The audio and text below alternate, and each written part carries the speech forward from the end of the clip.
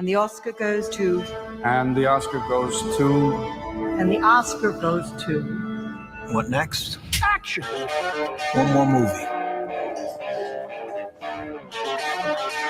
That's a stereotype. And action!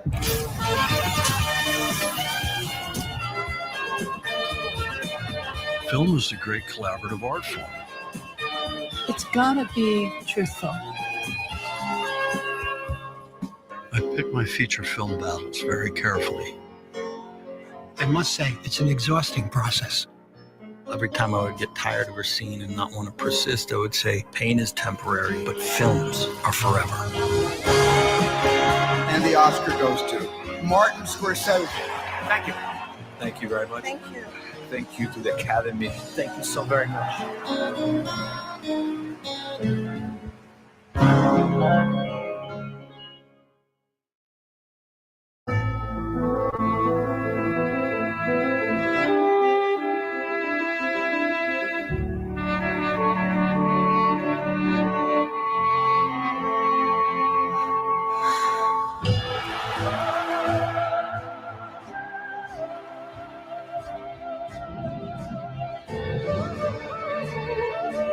And action!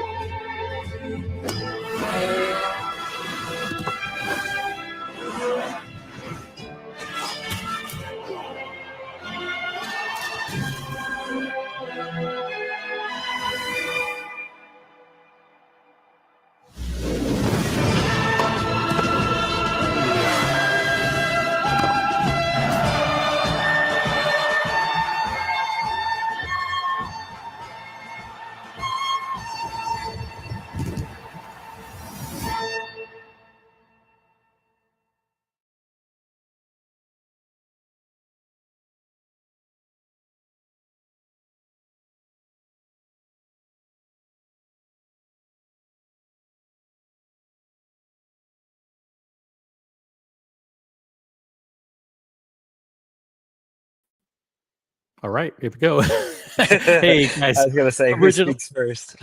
Original OC. We were both on mute, and I was just gathering my bearings. Hey, it's Original OC with you, joined by Boston Collector on this 1st of April, April Fool's Day, 2025. It is the first day of Watches and Wonders in Geneva, Switzerland, and last night we had an incredible show.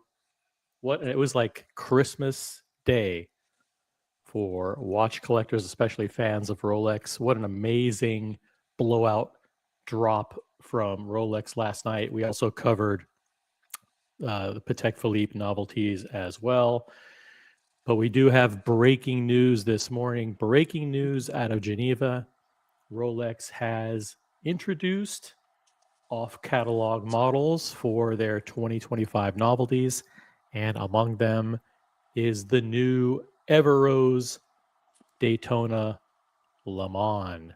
We also had incredible drops last night, secret drops, if you will, from Audemars Piguet. And they introduced 3 new, I would call them midnight blue ceramic models that are absolutely incredible. And we also had the 2025 releases from Tudor. Yes, I said it, Tudor. And you know what? They're not the worst thing in the world. How about that? That's about the best you're going to get from OC. Boston may be more enthusiastic than that. You know, people might say they were actually darn good. I wouldn't say it, but there are other people that would say they were good.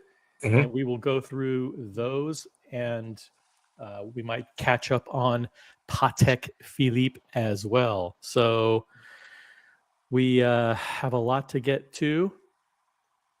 Yep. Should we maybe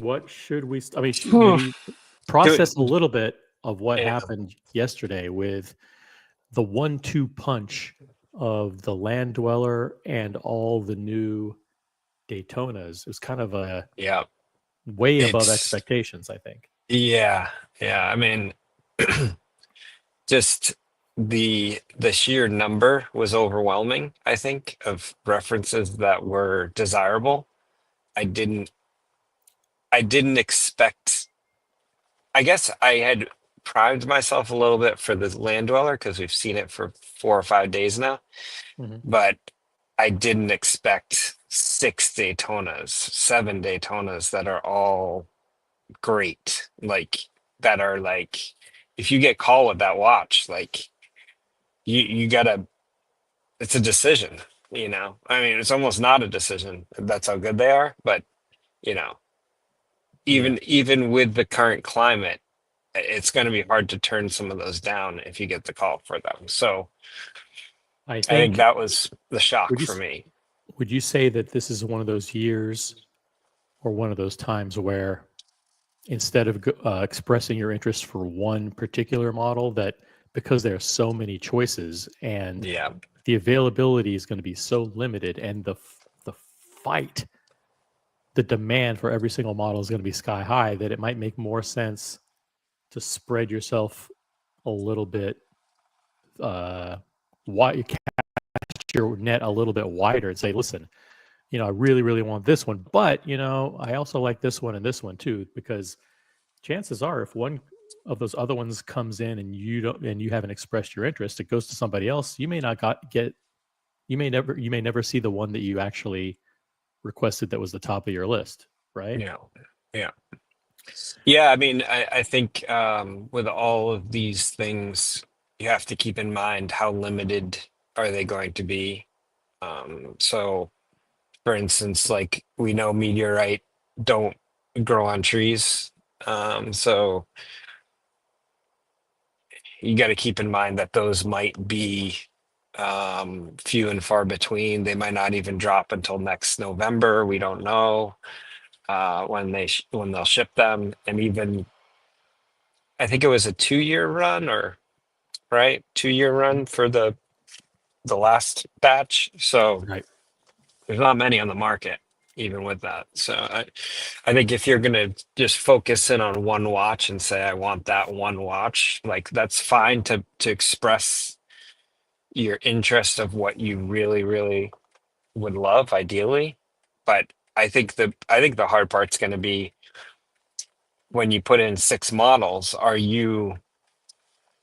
could you get the other model that you want even more, but the other one's just so good you can't turn it down. I mean, we've experienced that as well, right? Yep. Yeah, and I think Patek Philippe collectors might be in the same boat too. They may have to express interest in two models, not one, just because demand's going to be so limited. But their choices are Yeah. far more. The implications are much bigger because the models are so expensive. You know. Yeah. Yeah.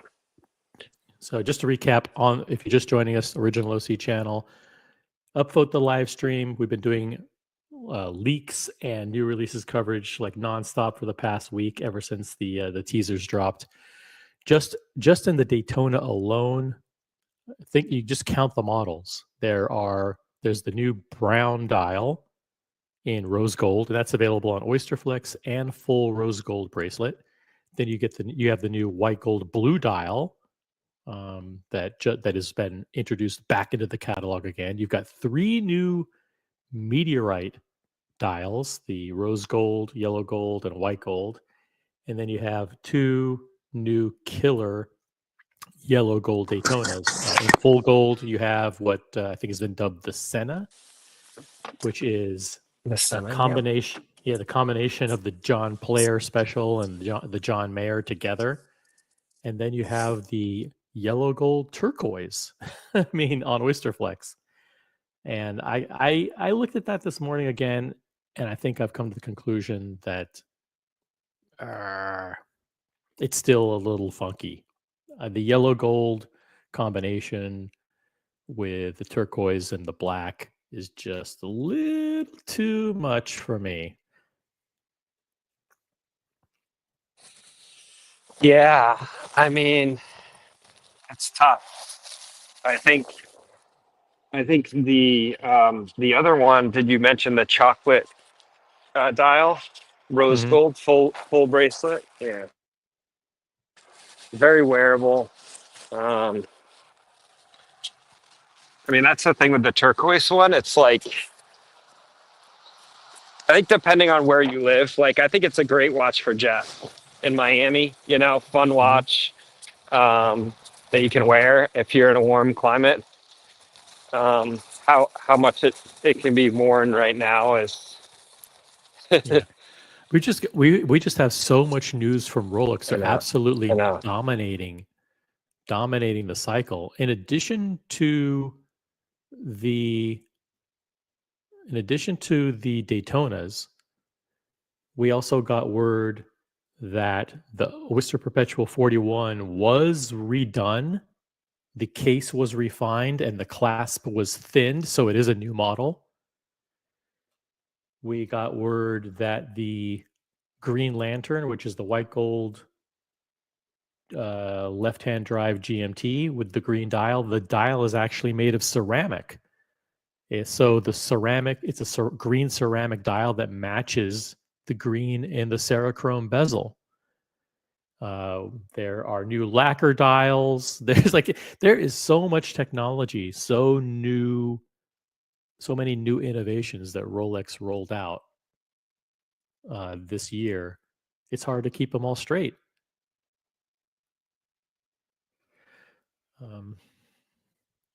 Let's go to the chat and say hi and greet everybody here. We got SE in the chat. I will be seeing SE in Geneva. What's up, SE? You got Ali Reza. Good coverage yesterday. Fun times. We're going to have some good coverage today, too. We're going to do maybe a couple hours, maybe an hour or two here. Let's see. We've got Dear Artifact in the chat. Platinum next year. And then once all of the precious metal Le Mans have been discontinued, they'll introduce a in-catalog steel Le Mans that will be the hardest Daytona to get. That's a very interesting prediction.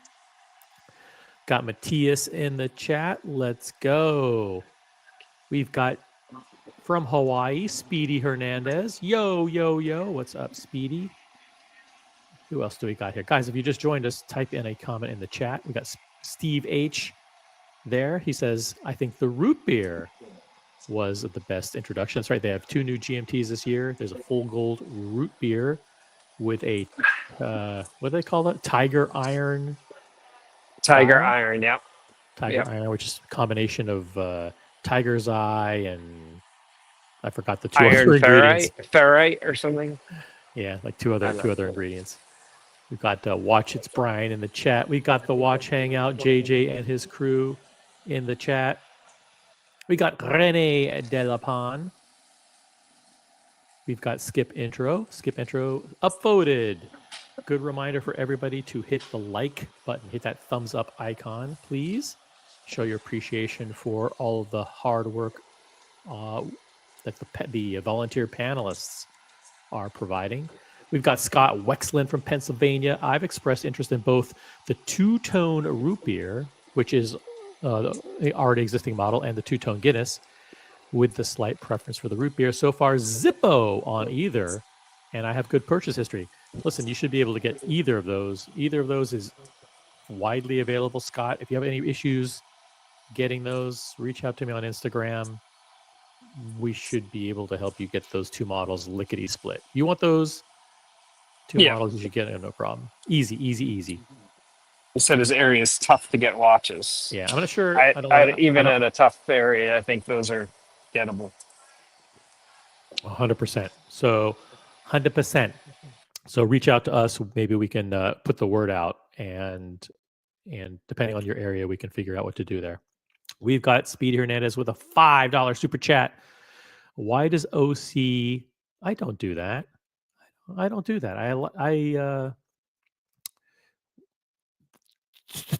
Tudor is a good. They had some good releases, and I think everyone will be pleasantly surprised. Not everyone. Never mind. Some people will be pleasantly surprised with what they did. I won't be, but hey, you know what? It's all good. It's all good. Got Goldfinger 0808 in the chat. We've got Vimal. Vimal is also very helpful in the chat. I wonder who will be the first to own the Le Mans trifecta. I think 0 people, unless you buy it in secondary. I wouldn't say 0. Yeah, celebrities and high rollers only. celebrities and high rollers will get all Like three Prince of at retail. Johor, we'll get all three.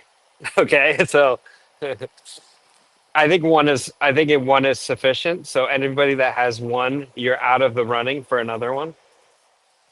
I think they want to spread the love a little bit. Well, of Because course. imagine like, okay, their top 2 or 3 clients get the white gold, then another top 2 or 3 get the yellow gold. Like if those went to the same person, Yeah, it's you fine. don't think the third or fourth or fifth best client is not a huge spender and a good client and has cars and likes rate, it's like the whole thing. It's like it's unreasonable to think that you're going to get a second one of that watch when it's so limited and whatever, but it doesn't hurt to try, I guess. No, I mean, there's Feels like something- there's a lot of other options though now, at least, right? Like if you're a Daytona fan, Can I go? I don't Can I even go out think. on?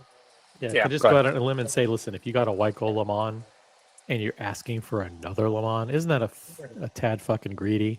I mean, come on. Yeah, seriously. Listen, I mean, I know you like, I I have- know you like it, but you don't need one of every color either. I have no problem with if Mark Wahlberg gets offered all three Yep. without Right. asking because Right. they want that on his wrist. He's an incredible customer. So like there are certain people that I wouldn't be surprised if Rolex or the AD say, listen, we want to offer Yep. all of these models, but to go in and ask for another one after you got the first one, come on. Father Artifact, Yeah. Jeff, Yeah. Marcelo, Yeah. come on, guys. Yeah. Cooley, Don't. don't do it. You're high in your own supply. That's what happens. Don't get high on your own supply. Yeah. Happy Meal, thank you for the $10 super chat. Good morning, Now- panel and chat. I have upvoted Boston's the 3 biggest. Here, this is a question for Boston Collector. The Oh, 3 no. biggest mistakes, or maybe any mistakes that you could make when you're seeking to purchase a heavy hitter luxury watch, asking for a future grifter. Okay.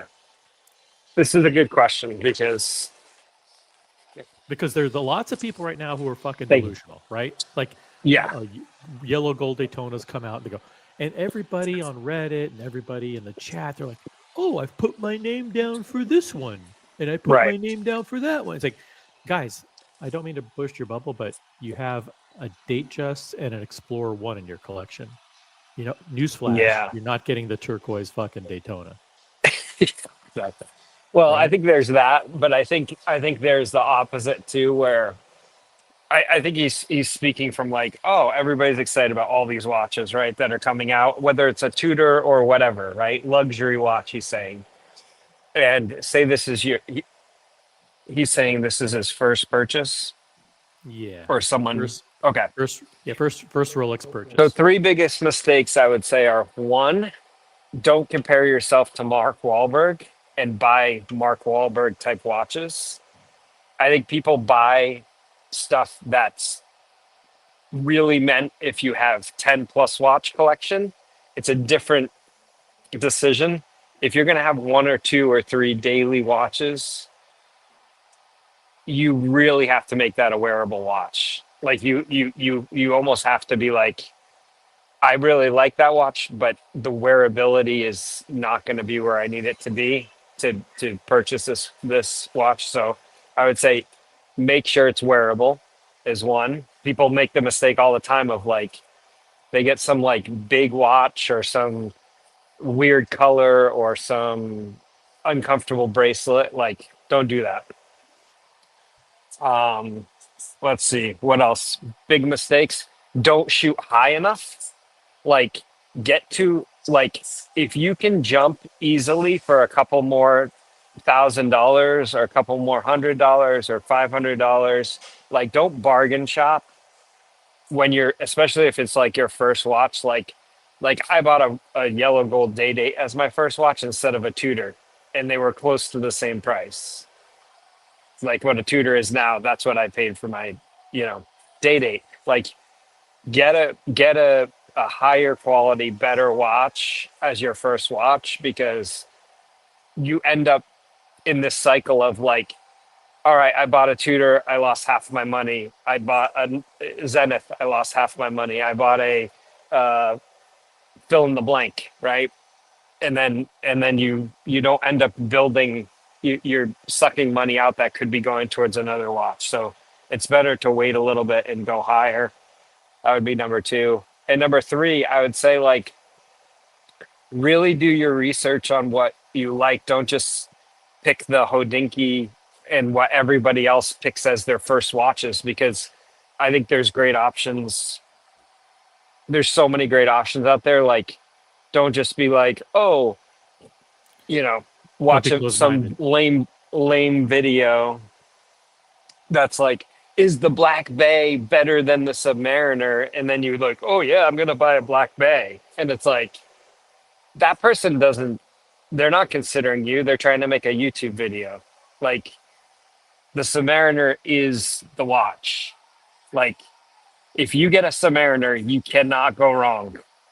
Cannot go Right. wrong with a Submariner. So Can't go I wrong. think Yeah, and that, you and know, for Curly specifically, like I know there's a lot of talk. Like he may want like a two-tone Submariner with the black, or maybe a two-tone Sea Dweller or whatever. I think you could go simple. The simple is more versatile. If you just go yeah, stainless steel yeah, Submariner, I think yeah. if it fits your wrist and looks good on the wrist, that might be an awesome one and done, and easily attainable. And two-tone has its limitations. Right. Good question, Yeah. Happy Mill. Yep. We got Michael W from Hamburg, Germany, and the chat. Enrique Pena. Good morning, OC in Boston. Thanks for the early streaming. Love that Daytona on the screen. I actually changed it out. We're showing something else now. Sorry for the blurry image, but that's what we got. We got it off of the interwebs, and we'll be talking about this a little bit. We've got Boris in the chat. We've got Watch It's Brian. Who else do we have here? We got Ryan Hofre with the flamingo blue highlighted comment. Thanks for the marathon updates. OC, we're not even getting started. We got so much to cover. We've got new AP releases that are mind-blowing. We've got the Yep. Tudor releases. We've got these off-catalog releases. Just in Rolex alone, we've got the Daytona, the Land Dweller. We've got new Oyster Perpetual redefined case and clasp for the 41. We've got new dials in lavender, pistachio, and beige.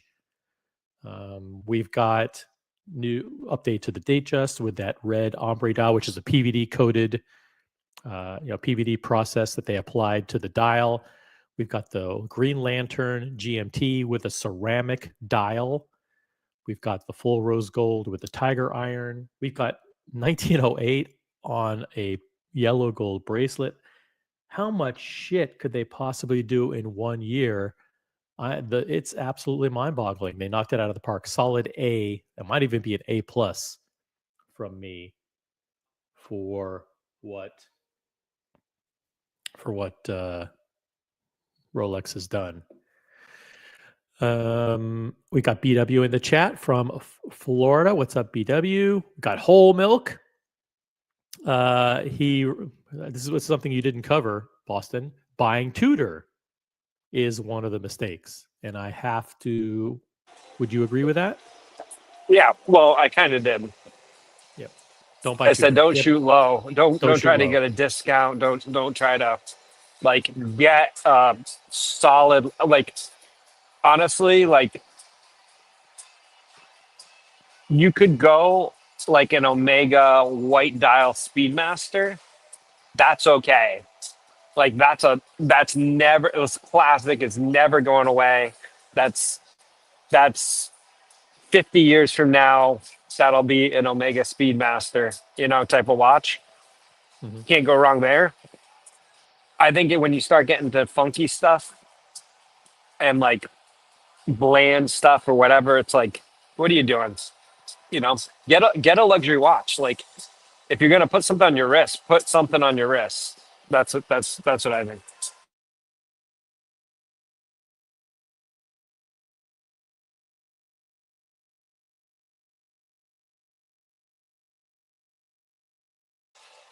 Yeah, I think Tudor. the problem with Tudor is that it's fine for entry level if you're like just starting out in watches, you don't know what you want, you're trying things out. Maybe it's a gift, maybe it's a graduation present for a kid, maybe it's like, somebody that if you maybe you're only going to spend, 10K on, I mean, not even 10K, like 5K on watches. I just think there's a lot of better options at this point. Yeah, those better options are all more expensive options. I think I wouldn't buy Well, not anything. necessarily. I'm saying like, Yeah, yeah. okay, is a Omega Speedmaster that much more expensive than a Tudor? Yeah. I don't know the mean, price. Maybe it is, but like, not that much more. You should definitely, and that's why Tudor really shot themselves in the foot by raising their prices so much that they would actually be compared with Omega. You know, terrible. So yeah, Omega's, but I still think that even if you're looking at Omega, you should, as your first watch, you should still be thinking about aiming higher as well. Mhm. Start with Rolex. I They'll- 100% endorse Polar or Black Dial Explorer Neo Vintage. $6,500. You cannot go wrong. It will be any Tudor any day, I hands agree. down. Yeah, pre-owned Explorer. Yeah, you can go Datejust. Lots of things you could do. Okay, so let's we got Shamba Basher in the chat. What's up, Shamba? All right. So what do we have here? As expected, as predicted, and some of us did predict this. I'm not sure if we predicted it publicly or just behind the scenes, but we are year 3 means that the yellow gold Lama is presumably discontinued, and they've introduced the Everose version. So 2 years ago they introduced white gold Lama, then they quietly discontinued it, introduced the yellow gold Lama, and now they've got the rose gold. Behind the scenes, we guessed that that kind of trilogy would be possible. We nailed it. We got it right, Boston? Yep. I said, okay.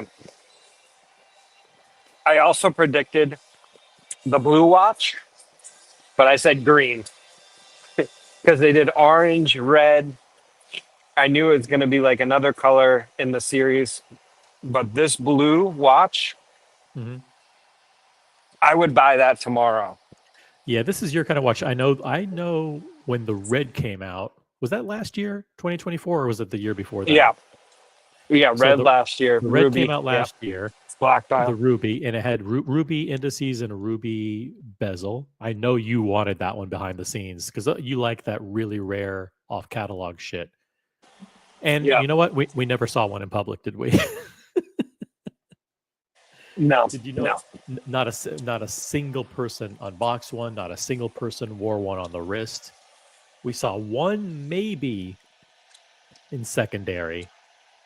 Maybe one. I think it was 600,000 or something like that. Yeah, I mean, But these are incredibly rare. yeah. It's an all black dial. And then what we have in the middle looks like some kind of variation on the, I'm not sure what you call this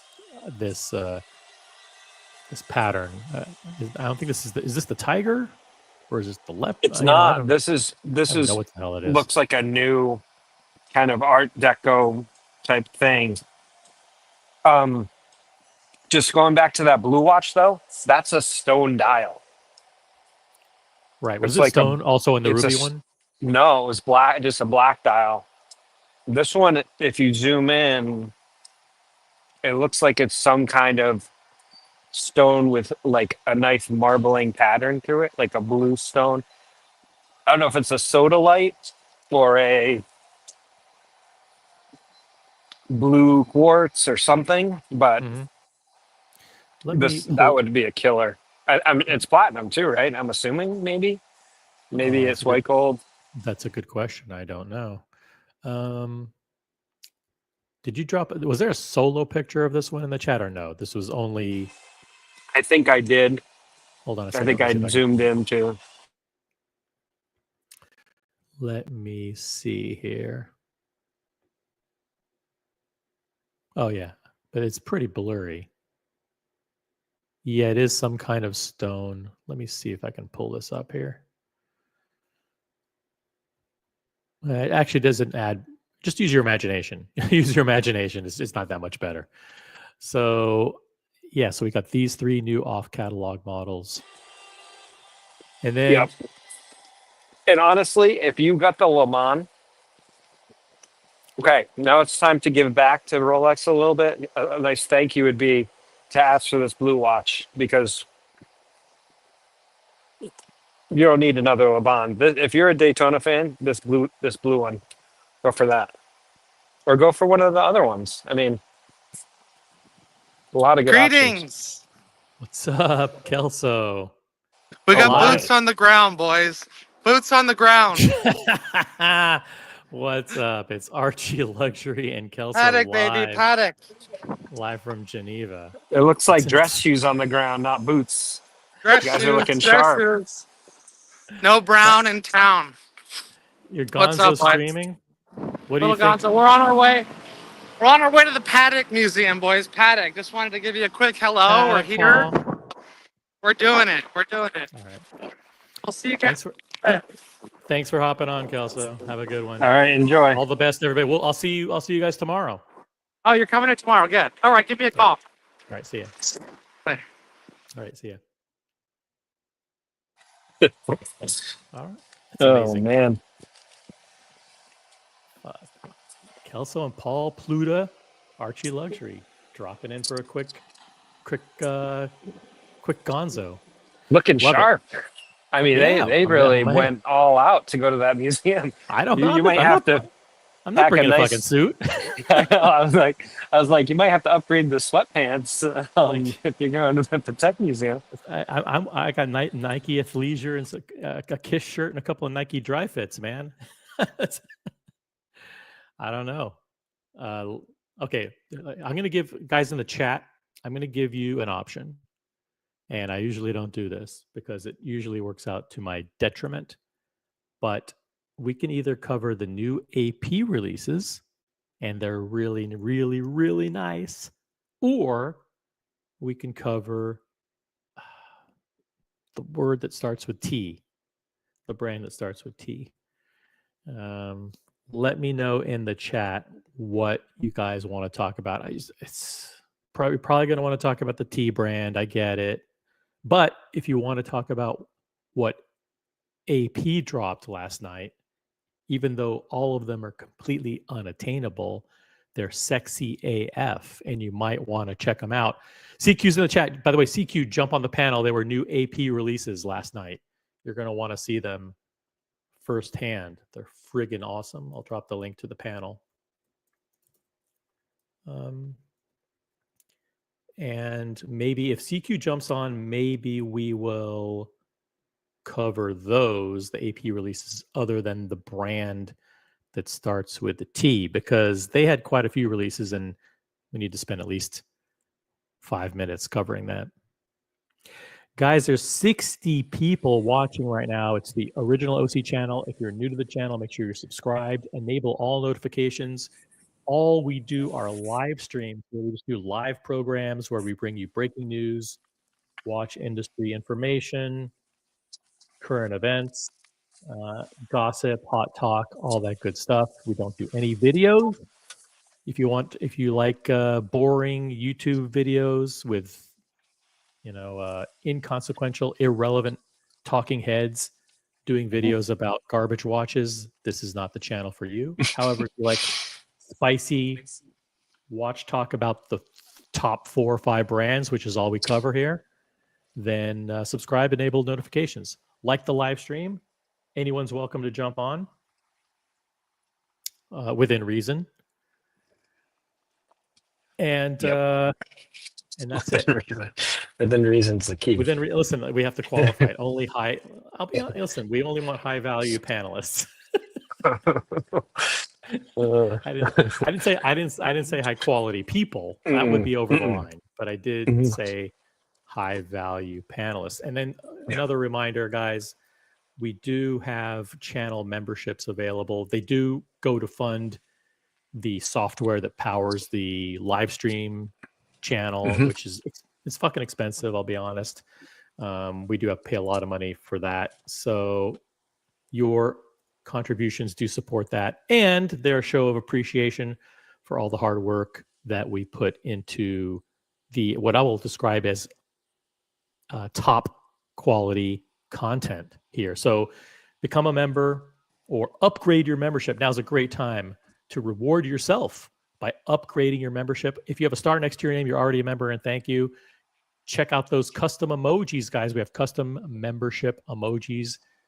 You can use those to type in to hit the icon, the emoji for your favorite brand. Of course, there are only 4 or 5 brands in there. Omega is actually one of the brands that's in there. There's Omega, there's Patek Philippe, Rolex, AP, and others.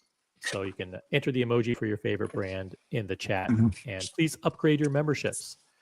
Memberships are available for as low as $200 a month, which is pocket change for you guys. All right, let's do AP, and CQ can jump on in a couple of minutes. I'm going to go to Watchanista. Watchanista. Watchanista. I'm not really familiar with that They're site like all that much. yeah, they're kind of a media watch media thing, a la. I mean, kind of like a monochrome, but I think they're a little bit.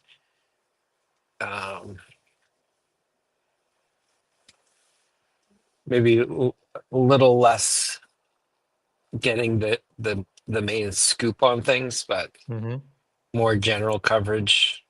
Kind of like how Bloomberg covers watches, but no, they get decent stuff. Yep. Decent So, articles.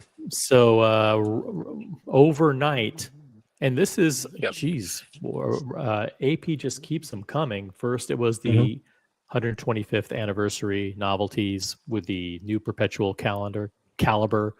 Then it was the quiet drop of the special editions, the white gold, blue. What do they call it? The blue. What do they call that? I don't want to call it ombre because that's the Rolex term. They had a name for it. Sunbursts. No, blue. Yeah, they're blue something. What was the AP name that Whatever. they guys in the chat that they can't? This blue. No, The AP no. blue is. The blue ombre for the white gold Royal Oak and the Royal Oak Chrono that they introduced. What was it called? The blue Smoked ball. You guys in the chat should know. It wasn't Gradient. Gradient is Patek Philippe.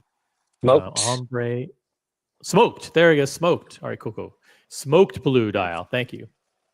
Yeah. Smoked blue. And then now overnight they've dropped a third round of releases. And this is a new midnight blue, navy blue ceramic. And they have 3 models. They have the navy blue Beast. They have the navy blue Offshore with a beautiful midnight blue rubber and midnight blue bezel. And then they have the Royal Oak ceramic open work, double balance open work, or whatever they call it. So 3 new models that AP has dropped overnight. Don't even think about asking for them, guys. It's like, forget it. You're not going to get them. The price doesn't matter because the prices are sky high too. So but you guys should know that AP did drop these overnight. They are phenomenal. Let me find some big pictures here. Let me see. Look at the video.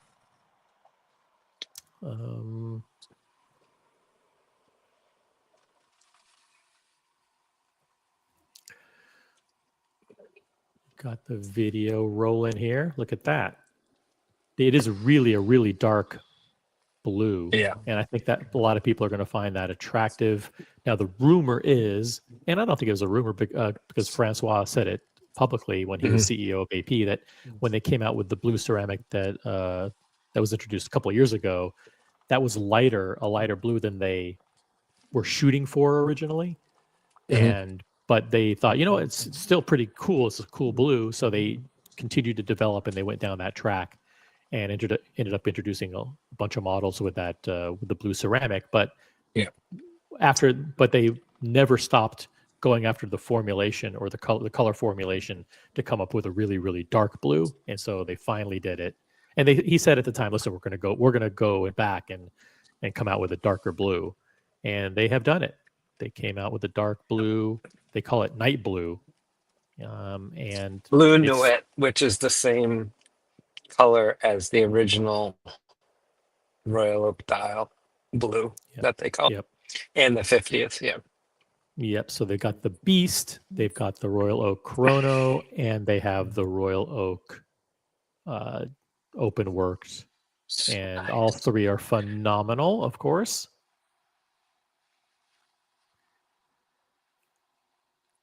Yep. Yeah. I just on the impossible to get scale, this titanium 43 Oh, forget about it. is probably the easiest of the three. I'm guessing Oh, yeah. though that they're gonna come out with a lot more, but this watch, I think with the titanium case, that looks sharp. I mean, Yeah. I mean, that dark blue is pretty awesome. yeah, What's up, that's CQ? gonna be Good morning. What's up, boys? morning. What's up? So, real quick, I want to say hello to Ryan James, who says, thanks for the coverage. Appreciate the super chat, guys. Your super chats really do matter, and we really do appreciate them. We've been going nonstop for the past week, and it's great to see you guys coming into the channel in droves and hanging out with us. So we really, we're having a lot of fun. Hope you guys are too. Thank you. Thanks for the coverage. Thank you, Ryan James. And we got Skip Intro with an awesome $5 super chat as well. Contribution to support the software. It's called StreamYard. It's like $200 a month, but you know what? It's okay. We can afford it. But when you guys help us out and offset the cost, it does help. Contribution to support the StreamYard license. Thank you. And we've got SE chip. There we go, SE. Chip in a little something. SE. Guys, if you're watching, chip in a little something to help. We appreciate SE. I gotta say, who's doing like a 4-hour stream last night? It's 8:30. I can't even shower. You're already on. You're about to fly. You're about to fly out to Switzerland. Nobody's doing it. You know what I mean? And like the comedy plus the knowledge, like honestly, like this is a serious watch channel. No, it is. It is. We talk a lot of shit, but like you come here and you're not getting taken advantage of, right? And you're gonna have a good time. You're going to have an amazing time. By the way, Russell 996, Russell is a massive Patek Philippe collector, and he says these blue APs are nasty and not in a good way. That gauntlet being thrown down. Russell, by the way, feel free to jump on the panel anytime you want. And I'd like to know from you, what are the top 1 or 2 releases that Patek Philippe did this year that you think are knocked it out of the park? Love to get your opinion on that. And Russell, by the way, are you coming to Watches and Wonders in Geneva? I think you said that you weren't when I chatted with you offline. So yep. Well, I like this. And that's the difference between Patek collector and an AP collector. Oh, don't start. Early. AP collectors have taste, and Patek collectors, like dress watches. Ooh. I haven't had any coffee yet, Boston. I don't know. It's gonna get. That was for Russell. That was for okay. Russell. All right. Yeah, it's for Russell. Russell, we love Russell. Shout out Maldives. Oh wow. Shout out to Maldives. Maldives is incredible. 100 pounds super chat. Sterling. We got Sterling in the account. Oh, you guys are awesome. That's awesome. Thank you so much, Maldives. Maldives is an amazingly generous guy. I keep this on my desk here, but he actually commissioned a custom urn for my Rolex Midas. This is a handmade wow. urn and hand painted urn, and it's just absolutely incredible. I had the green Rolex felt put in there as well. Oh, that's beautiful. It's a special gift. I usually don't accept gifts from people. I mean, I'm very, very selective. You gotta, something like that, you gotta. But I also have the Maldives watch, by the way, which was gifted to me for my contributions on for my work in the previous channel. So thank you, Maldives. Really appreciate it. And we also got them all flamingo blue highlighted comment. The Land Dweller 36 and the Oyster Perpetual 36 in either lavender or pistachio are on my wish list. I hope you get them. All good luck to you. Got Johnny O in Chicagoland. $5 super chat. OC, thanks for the extensive coverage. Have a wonderful trip to Geneva. Thank you guys very much. I'm going to have an amazing time there. 6-7 days with all of the great people. There's probably 15, 20 people from the community, maybe even more, that are going to be there. And I'm going to be wearing, what am I going to be wearing, you ask? I'm going to be wearing my Rolex 5100, which was featured in the Land Dweller video.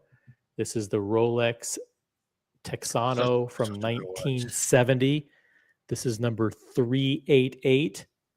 There were only 1,000 made, and I've got one of them, and that's what I'll be wearing for most of the time. At least when I'm at Watches and Wonders, I'll definitely be wearing that. And I am back. Yep, you're back. All right, let's see what else. One more. Let's see if we can pull up one more shot here of. These are good. Yeah, they're good, and I don't even know how much they are, but they're freaking expensive. And some of these shots, Boston and CQ, the images look pretty dark, I have to say. Like, for example, this one. Hey, but like that shade of blue is a killer. I really wish they didn't do the double balance, because I feel like just give me this in like a clean dial, but I'll take it. I love this shade of this shade of blue. I like the pop of gold against the blue too. Like that just goes with everything, you know.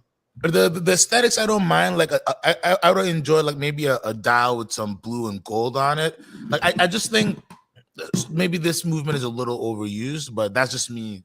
I don't know. I'm a weird guy sometimes. I mean, I love it. So you know. I would well, sir. One thing I know. If there's one thing I know, you've already hit all the bakeries up in the Boston area. They're cooking blueberry everything now. Oh my God, blueberry pies, blueberry scones. The people at AP are probably like gaining so much weight. You should gift them a gym membership as well. But I do hope you get one of these, and I do hope, like, if you do get one, let's meet so I could just steal it from you for a half hour. These are really good. Yeah, I would love to get this watch, but that's wishful thinking on the first run of something, you know. Yeah. But you know, that's because you're not sending the blueberry scones. Like, we're joking about it, but I do think if you were known, right, in the AP world as Mr. Blueberry, this guy, he always sends us the scones. Maybe he sent it to like all the ADs around the world.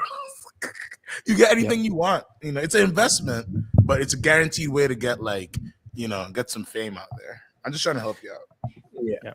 Thanks. Now, CQ, you probably are seeing this for the first time, but Rolex dropped last night the new off-catalog Daytonas. We've got, as we suspected, the Everose Daytona Le Mans on the left, and presumably the yellow gold is gone, and the Everose replaces it. All the way on the right, we've got the next iteration of the black. The previous one was the black ruby. It had ruby indices and a ruby bezel, and now we've got what looks like blue sapphire. Is that blue sapphires? Yeah.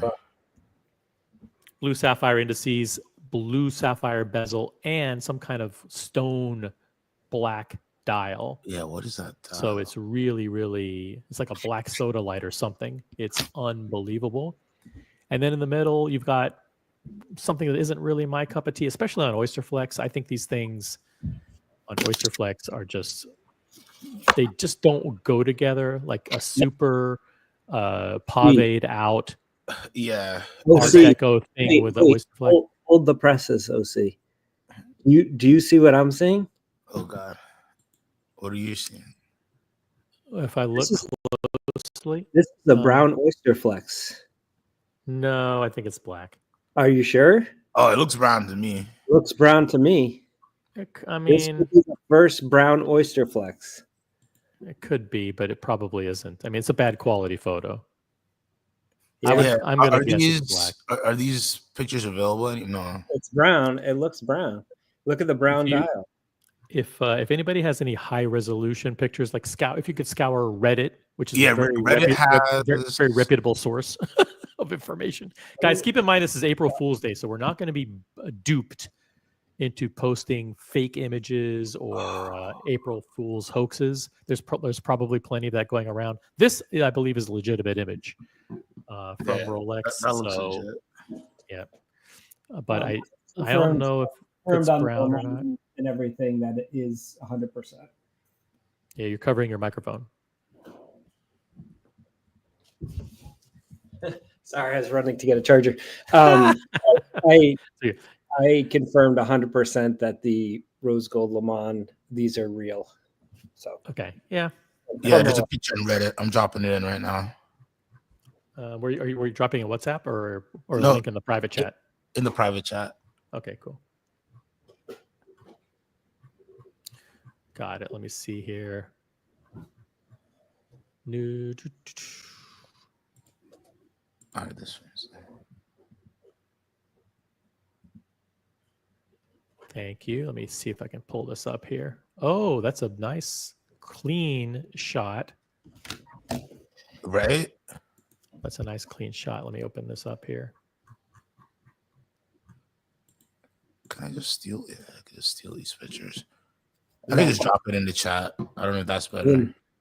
Hold on a second here. I'm just got too many tabs open. Let me close some tabs here. Oh, yeah, man. That's me all there.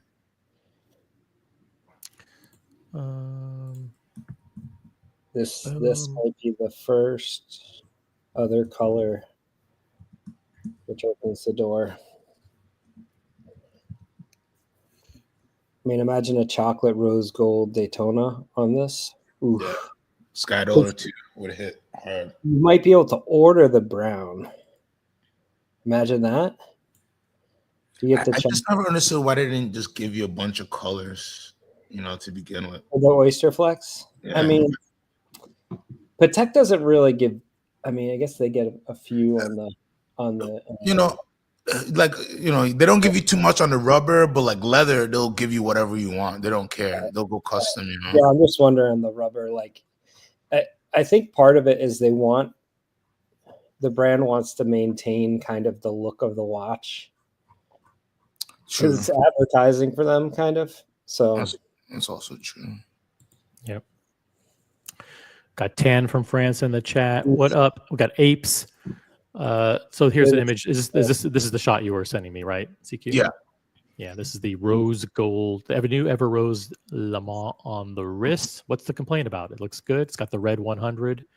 Yep. And killer watch. Yeah. The rose, white gold is always going to be the top one. Just like I believe in meteorite, white gold is just the best because it's most consistent with the color scheme of the dial, in my opinion. But I can see how people like yellow and Everose as well. Listen, white gold and yellow gold are gone, so you don't have any choices. Exactly. Well, actually, all of us don't have choices anyway. Yeah. Hey, you never know. I know somebody who got one who does not have an insane Rolex spend, but it's just, so you never know. Be nice to people. You never know. You never know. You never know. But it's also good to not raise your hopes too high. No, but you should never, you know what I mean? Like something like this is really a true gift. Forget the financial gift, right. But like that AD is only getting one or two, so it's truly like, hey man, thank you for either spending so much with me, being like a good supporter of my business, or just being a good champion for me personally. Like this is a true like one of those watch. Either you spent like all your money with me, or like you actually like I have a really good relationship with you. So I'm gonna gift you this watch because they're just not, you know, and they're discontinuing them every year. So like once you get one or two, you're not gonna get any more. You know, it's a great looking watch, but the white is the OG. But if I was somebody called me today for this, of course, please take my and I would just. Do you think? Oh, sorry. Do you think these subdials are like a creamy white?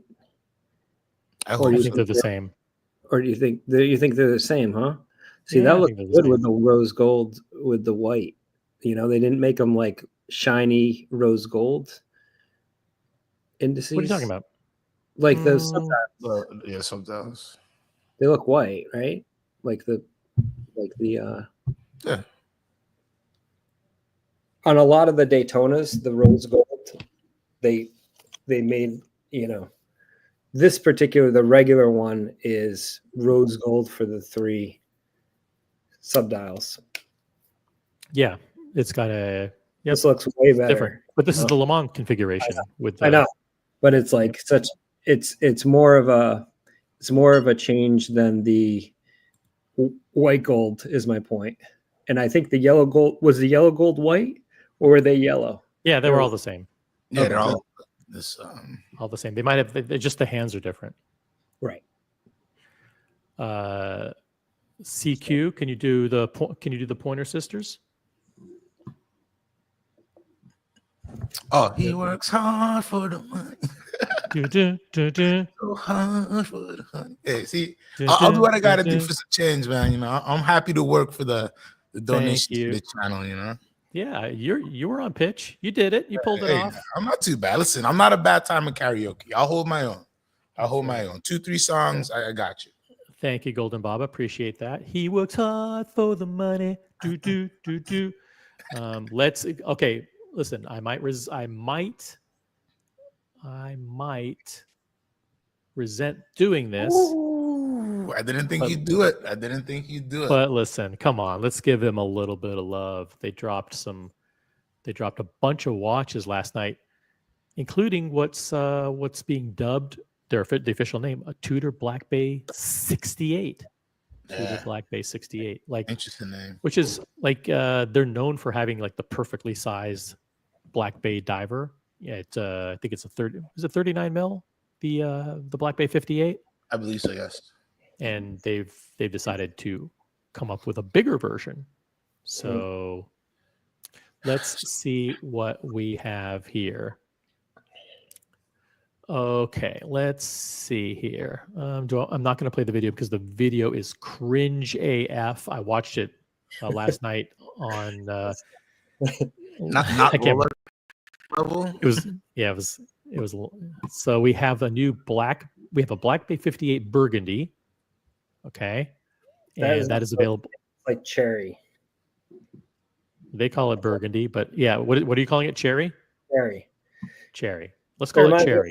The cherry Daytona, the cherry day dates. Yes, the cherry day dates. So we have the new cherry Black Bay 58, which is available with the Oyster style bracelet. Tudor calls it a 3-link bracelet. Then they have the 5-link bracelet, which is kind of like their Jubilee. Yeah. And then they have a rubber bracelet. So there it is there. What do you think of that? Then we have a Pelagos Ultra, which I believe is this titanium, Boston? Yes. Titanium Pelagos Ultra. The Ultra is 1,000 meters. 1,000 meters, which is about I don't know how thick it is. 996 meters more than you will ever go in your life. And here is the Black Bay 68, which is a larger. This is a 43 millimeter case. 43 millimeter case. Sea dweller size. Sea dweller size. Big ass watch with a blue dial, black bezel, or you could choose the silver dial. Looks like with black bezel. And then they have some Black Bay Pros. These are actually kind of interesting because they're the budget Explorer 2. Yep.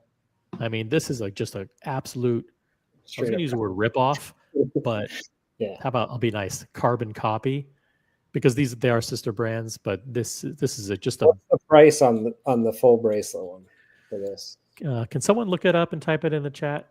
I would Okay. appreciate that. I don't want to have to like click on a whole bunch of shit. So just Tab overload. I'll look it up. you guys, Won't someone be someone in the chat will do it. Go get to work, chat. You got to work for. But That's yeah, funny. it's a rip. Not owned by Tudor. It's some other company, so you have to put Tudor watch in, which is really annoying. Yeah, Tudor watch. But they've got the Polar White Explorer 2, which is they're calling the Black Bay Pro. They have it on the bracelet. They have it on the NATO, and they have it on the fabric strap. And then we also have the Black Bay Chrono, which I guess the news is that you can get the Chrono either on, you have your choice of bracelet basically. So you can put on the Oyster style 3-link bracelet or the 5-link Jubilee style bracelet. And they have a new, I think they have a new extension clasp on that, right? Maybe. I watched the whole video at 2:30 in the morning, but I watched it too at 1:30 in the morning. It was rough. So not Rolex level at all is what you guys are saying. Well, no. Yeah, it's okay. It's okay. The problem is that the problem is they're competing against Rolex that have fallen in the secondary to a reasonable price. And so if it was a $5,000 gap, like it was when the market was high, then you can sell Tudors a lot easier, but it's tough to compete against your own kind of stuff. And then, Omegas are right there too. I mean, price wise, I guess. Yeah. These are configurations at least. I mean, they're not ugly. Like it's not like a two-tone burgundy, whatever. So at least they got that going for them. Yep. I think red is very, very limiting as a watch for me. At least it's one of the more limiting colors. I think green is more versatile. Blue is the most versatile. Black is very versatile. But red, although it's a nice color, I'm not sure. Well, congratulations to them for coming out with it. Cherry Black Bay 58. Yeah, cherry's the color. I wish it was a more deeper, vintagey, burgundy, gilt type situation going on. Yep. For a any size super chat, I will pull up any of the new Tudor collections, and there's nothing wrong with big watches. The only chance you're going to get here, and then we're going to go back to we'll probably pivot and go to Patek Philippe next, just to remind people what Patek Philippe did this year. So we'll give it 2 minutes, guys. You have quickly. If you want me to pull up any of these Tudors, super chat and let me know which collection, and I'm happy to pull it up. The new Lange. Oh my gosh. Sorry. Yeah, if you have a link, drop the link in the private. Let me get a link. Odysseus Honey Gold. Oh my gosh.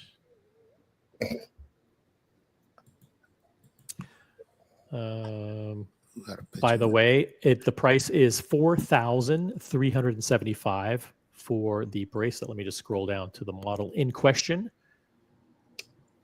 The new Black Bay Pro.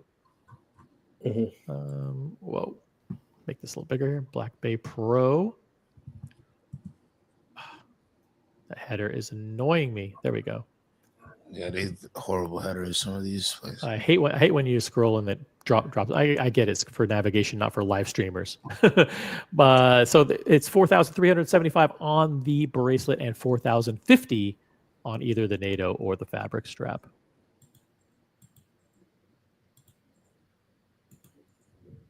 Last chance.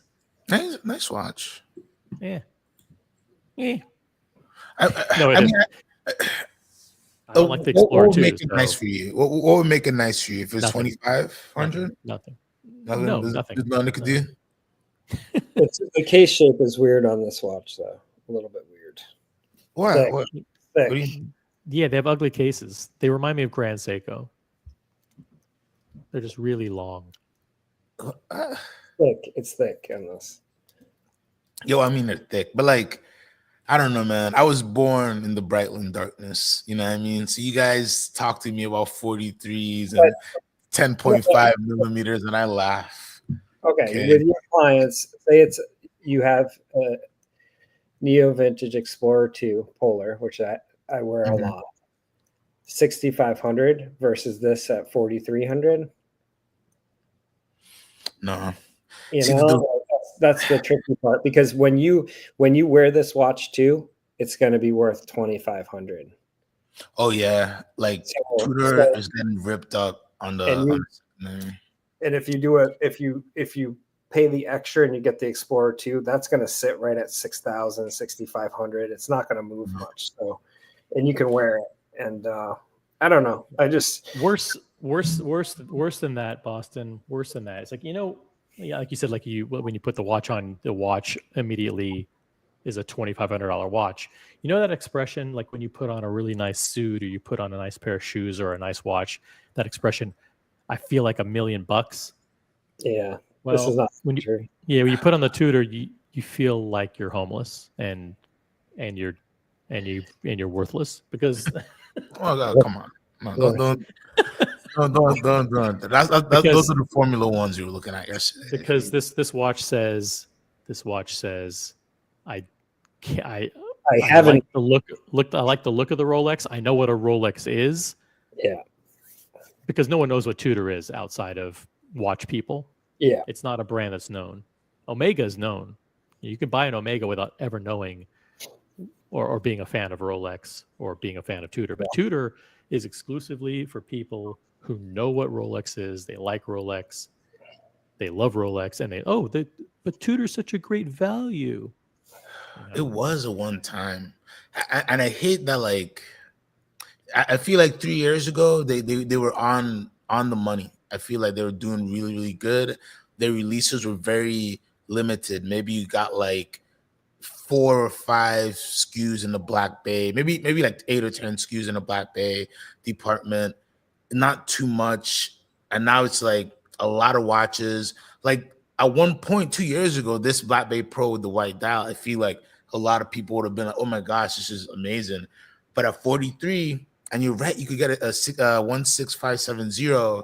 That's just gonna sit at the price, and you can heat it up. You could wreck it. You could give it to your kid to wear to school. Okay, you pop a new Sapphire, you get a service, but you can, it's one of those watches where like buy it from me, sell it back to me, just give me the 10%. You know what I mean? Like this is something where like you buy this, you have to keep this watch, and yeah, it's a shame. I feel what could be worse. What could be a worse feeling than that? Having to buy it and having it be so hard to get rid of. You have to give it away for free. Yeah, and it's that's a tough feeling. It is when we're talking this type of money, because like there's nothing better than like at least being able to get out of a watch that you have bad memories of. God forbid, like you break your pinky or something. You don't want that broken pinky watch, or you had a really bad deal. You just want to get that thing away. So you rather like sell it than like have it to give it to your annoying nephew, and then he got this free Tudor off you. Yeah, I mean it's cost of ownership is less for a Rolex than this. The price to entry is less on this, but the actual cost of ownership, if you're going to say a 5-year cost, and like, if you wanted to go sell it again, like it's $1,000 a year. So you got to look at that. It's awful. But a Rolex is a watch and a brand that you buy in order to celebrate a milestone or to celebrate and create a great memory. And Tudor is the kind of watch that you buy if you want to create a terrible memory. See, I fortunately skipped the Tudor stage, and I'm not quite as jaded as OC because I didn't have to try to sell one. Is that what happened? Is that what I'm missing? Yeah. I bought a Black Bay bronze, Black Bay 58 bronze, Oh, because it was boutique only. And I bought that and I sold it to a friend at cost as a favor. She was in California and couldn't get it because the Okay. only boutique in the United States was At that time. meatpacking in New Yep, York. yep. Yeah, and they were only available there for a period of time. But I did also buy from Bucherer a Tudor Black Bay 58 blue when at that time they were harder to get. It wasn't exactly when it had come out, maybe a year later, and I paid $3,700 for it plus tax, so it was like $4,000 in, and never put it on the wrist, so it sat in the box. And then I started offering it to people in the community, and a strange thing happened. You know, it's like, hey, you want this brand new watch for $3,000 instead of $3,700? And the answer is no. It's like, well, okay, well, how about $2,500?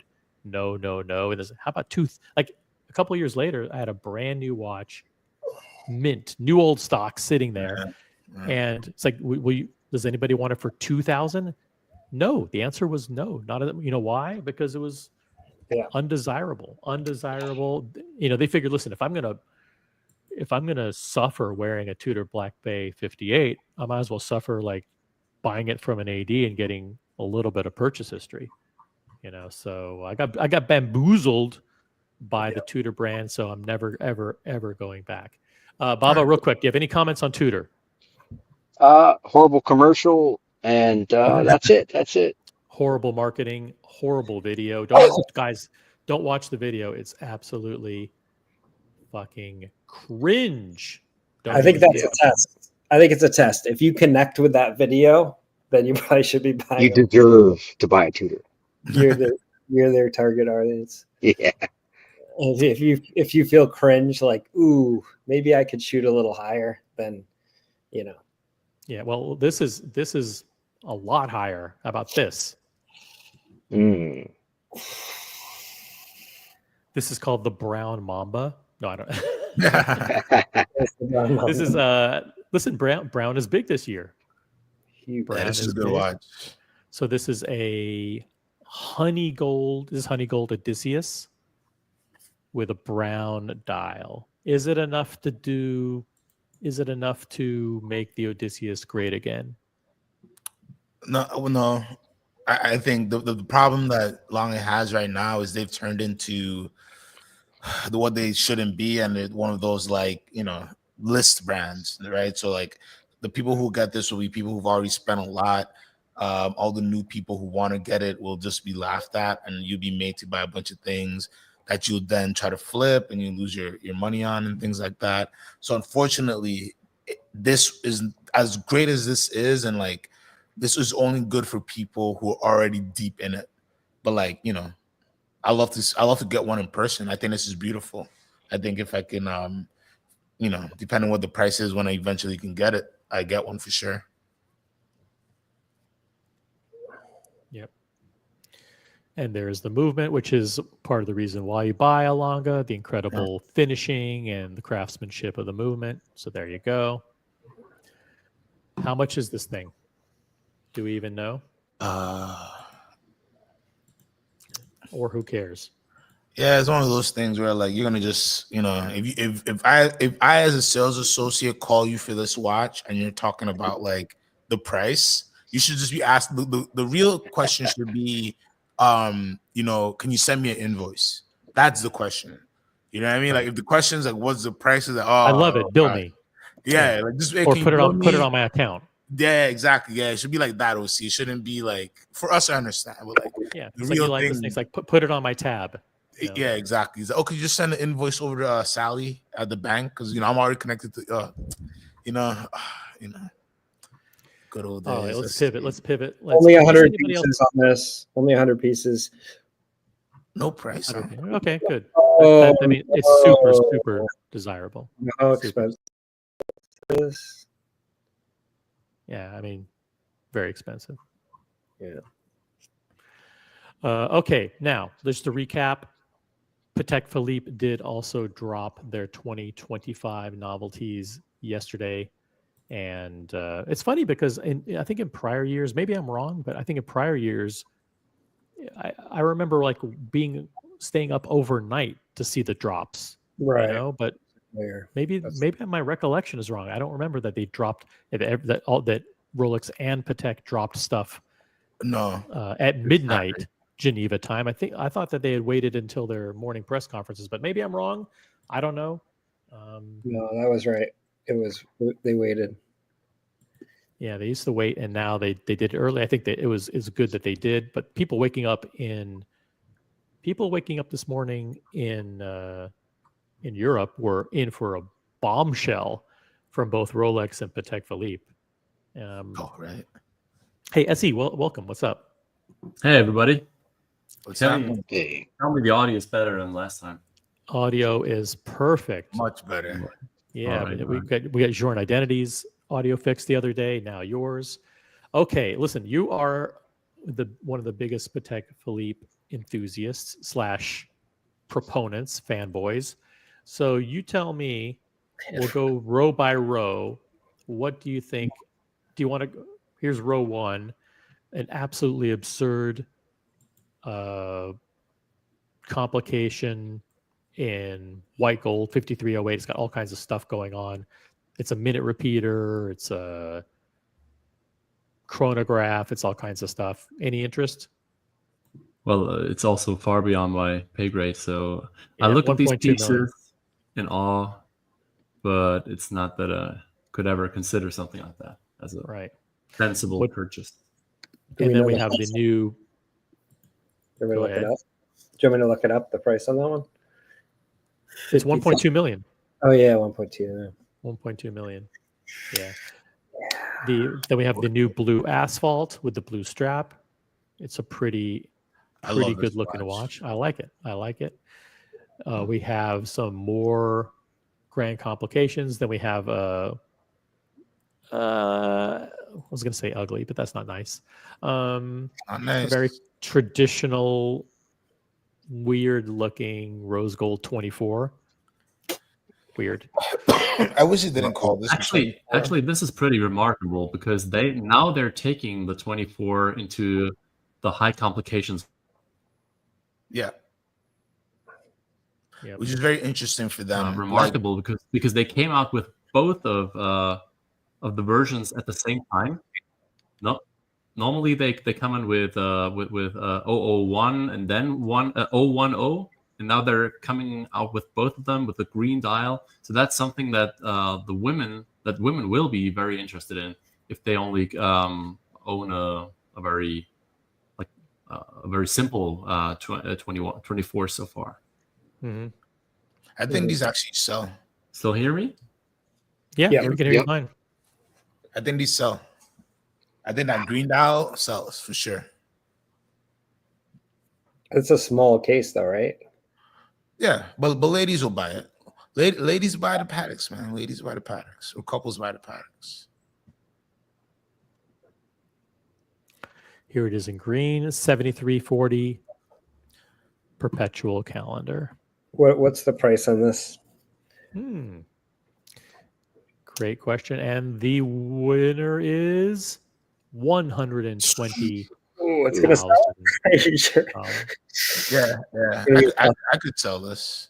Yeah, I could sell this for sure. Listen. If you're at that price as well, right? Like I call you up. Listen, brother, sir, how are you doing today? You see this beautiful watch? You see this price? Expensive, right? You buy this. Your wife is gonna have the best Patek in the room for sure, and such an amazing leap in your spend as well into we got to do what we got to do, right? So this is actually a pretty easy sell because it's a cool looking watch, and then it gets you up to you can get a sport watch with this, if you know what you're doing. Yeah, this sells. This sells. This is a sleeper. This is a future banger of a watch. I mean, if you're a woman or even if you're a guy and you have the wrist for it, then that's an amazing piece. The way the shape of the bezel and where that bezel meets the bracelet is just weird. You see what I'm talking about? Yes. So there's the bezel is this big giant concave thing, and it just doesn't integrate I'm talking about this area, right? Yeah, there's a little shadow there. Yeah. Oops. I guess you would have to have it in hands in order to see whether it's really that. Yeah, I think in person it might be okay. I mean, yeah, I mean, there's not a lot of options for a lady's size complication like this. So, and that's actually what I think Patek Masters is, not to give too many options. You were talking about straps before, like to strap colors, for example. One additional aspect, I think, is that they don't want to dilute it. Patek and Rolex don't want to do it. I mean, Omega does it like very, very extreme, that you can get all the different kinds of options, and that's when we lose interest.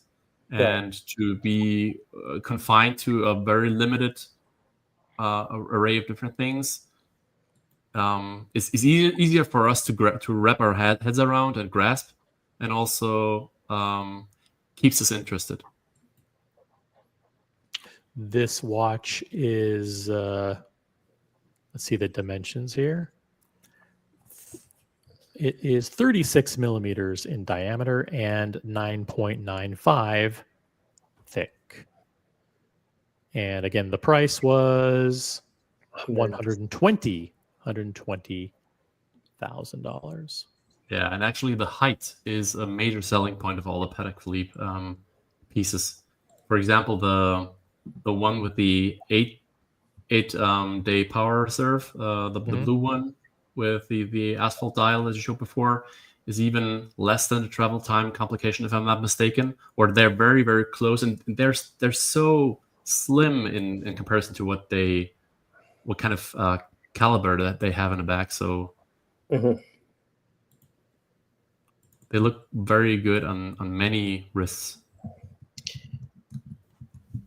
If I recall, isn't the current black asphalt dial, when you look at the thickness of the case, doesn't it have 3 rows of hobnails, and this one has 4?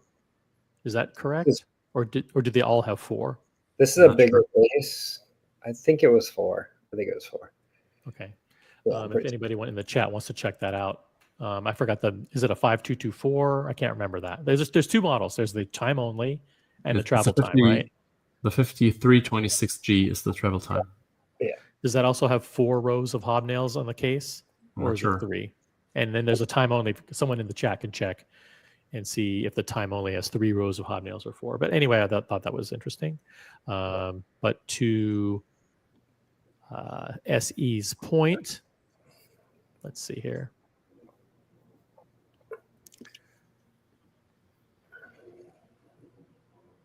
Wow. Where did all of the... Oh, I get it. You got to go to the discover the model all the way down. Boom. And here you get the price, which is $70,700. And it is a 41 millimeter case with a thickness of 10.52. Right. 10.52. Under 11. That's really impressive. Under 11. Yep. Yeah. And you hear Terry Stern also in interviews say he constantly pushes his team to make it thinner. So to say, okay, and now let's go back and make it thinner. So that's one of his key expectations that he has for his watches. Yeah. Wow. See, now here's the good knowledge for this is watch nerd type stuff. According to what watches Brian, the 5326 has 5 rows of hobnails.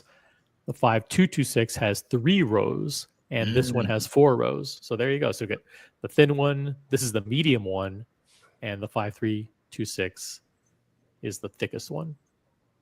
Funny thing is that's already, according to Terry Stern, is an idea of one of his sons. So he has 2 sons, Adrian, and I think what was the other one? Slipped my memory. But they said, why don't we put it on the back instead of on the bezel? The hobnail? Mm-hmm. Put it on, okay. On the side, you mean? You mean inside of the case? Yes. Yeah. Well, let's put it on the... Cool. And there was also a video where they talked about the inspiration for the dial as well. I think we talked about that several times on the channel, but the inspiration for the dial was a black camera that was sitting on a coffee table.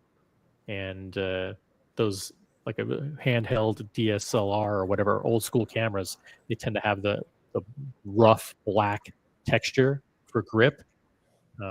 And they looked at it and said, wow, it'd be cool if we had a watch with that kind of texture. And that's actually also a cool shot that shows that Patek are masters at additionally hiding the height of their watches by making the side profile very interesting. The step lugs, the bezel profile, and so on. So often the mid case is very slim, and then they kind of even the 5205, for example. Before I ever put that on the wrist, I thought that would be a huge piece, and I could never wear that with a suit. And then when you put it on, you realize what they're doing with the structuring, the different components, and it makes the watch even thinner than it actually is. Quite in contrast to, for example, Lange, which is why I never felt too comfortable with those kinds of pieces, with those coin. In profile, they look a lot more hefty. Yep. Also, I like this because you don't have a big case back kind of sticking out on the bottom. Well, it's also a very clever angle too, where it's slightly above. Mhm.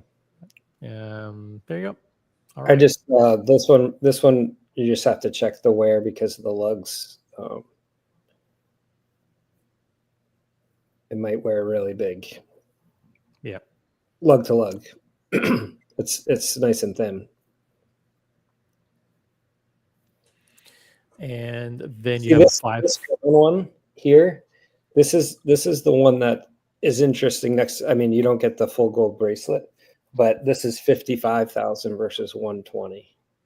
You know, I mean, people really need to go for that. Are you referring to which one? The 4946? Yeah. It does look good. Yeah, I'm saying like, obviously, no one that is looking at complications in Patek are bargain shoppers, but you know, I feel like the value is pretty good on this one for 55. I think very good. Yeah, I feel they have to make it good because the 4.6s in the end are the most acquired taste, maybe from styling wise. In contrast to, it's a very, very 90s kind of look, in my opinion, or beginning 2000s.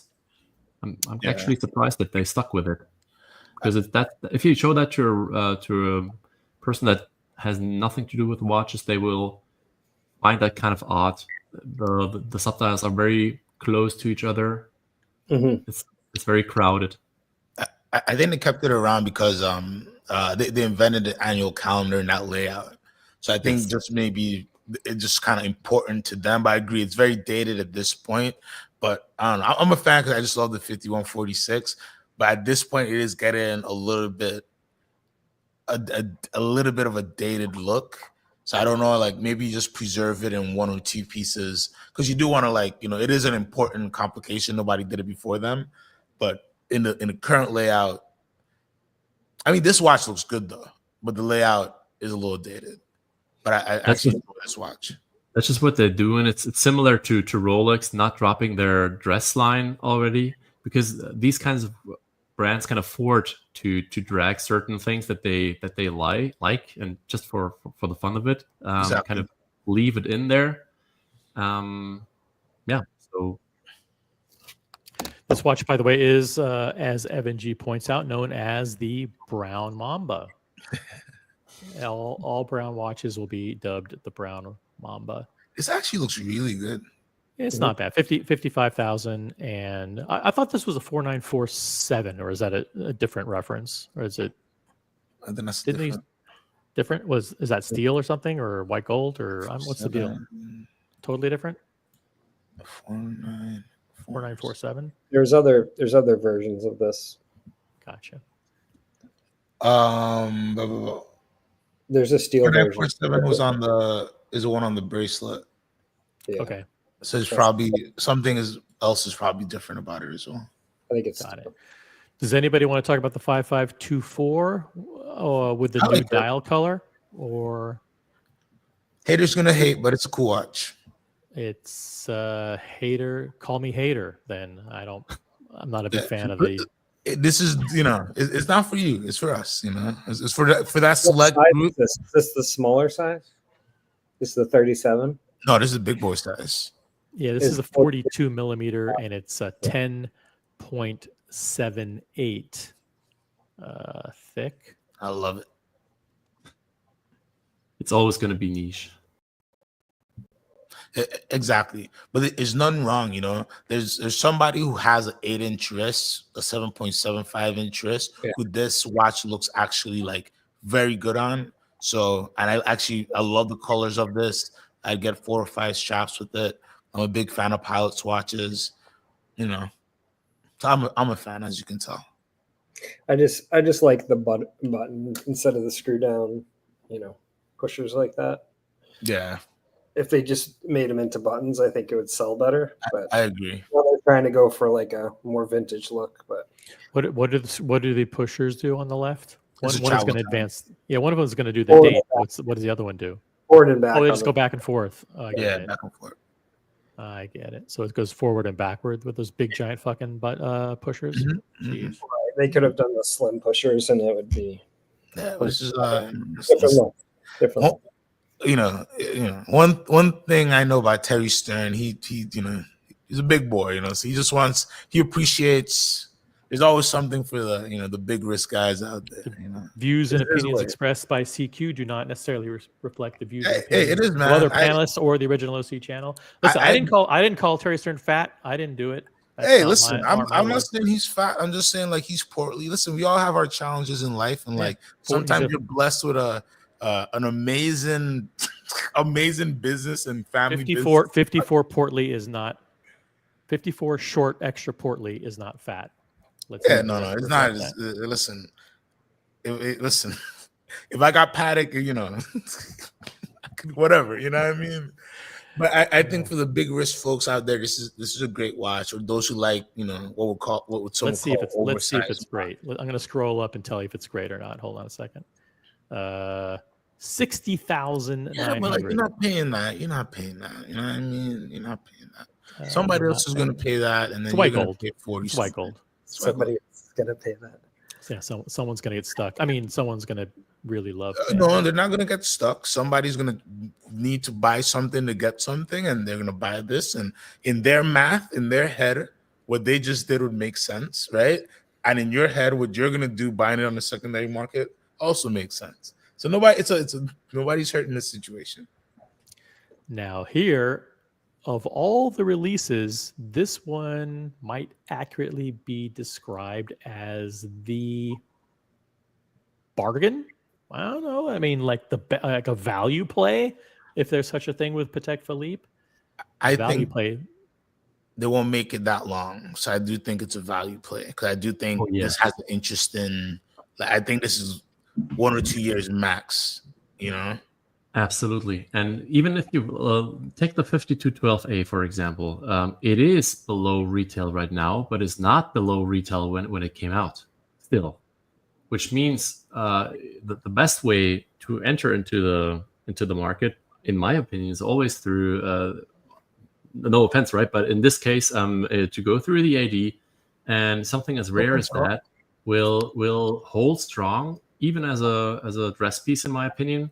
And it's kind of interesting that they came out with the platinum right out of the gate. And in my opinion, the reason is, well, obviously, I mean, it kind of plays to the 5270 that also came in platinum. And I think they always do. They only do salmon and platinum, right? Or is there white gold? Any kind of model?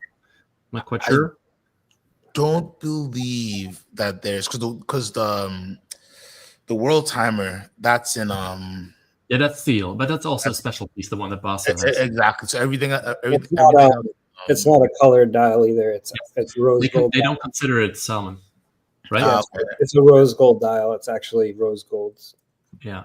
Now what I'm saying is, if they had come out with, they used to have an order in which to come out for most models, for example, with a 50 to 70, to come out with a J that late was kind of, they kind of mix it up. But if they had come out with an alternative to the platinum for the 6196, for example, I've been waiting for that watch for quite some time, since they discontinued the 5196 in spring of 22. So ever since that, I've been waiting for that watch.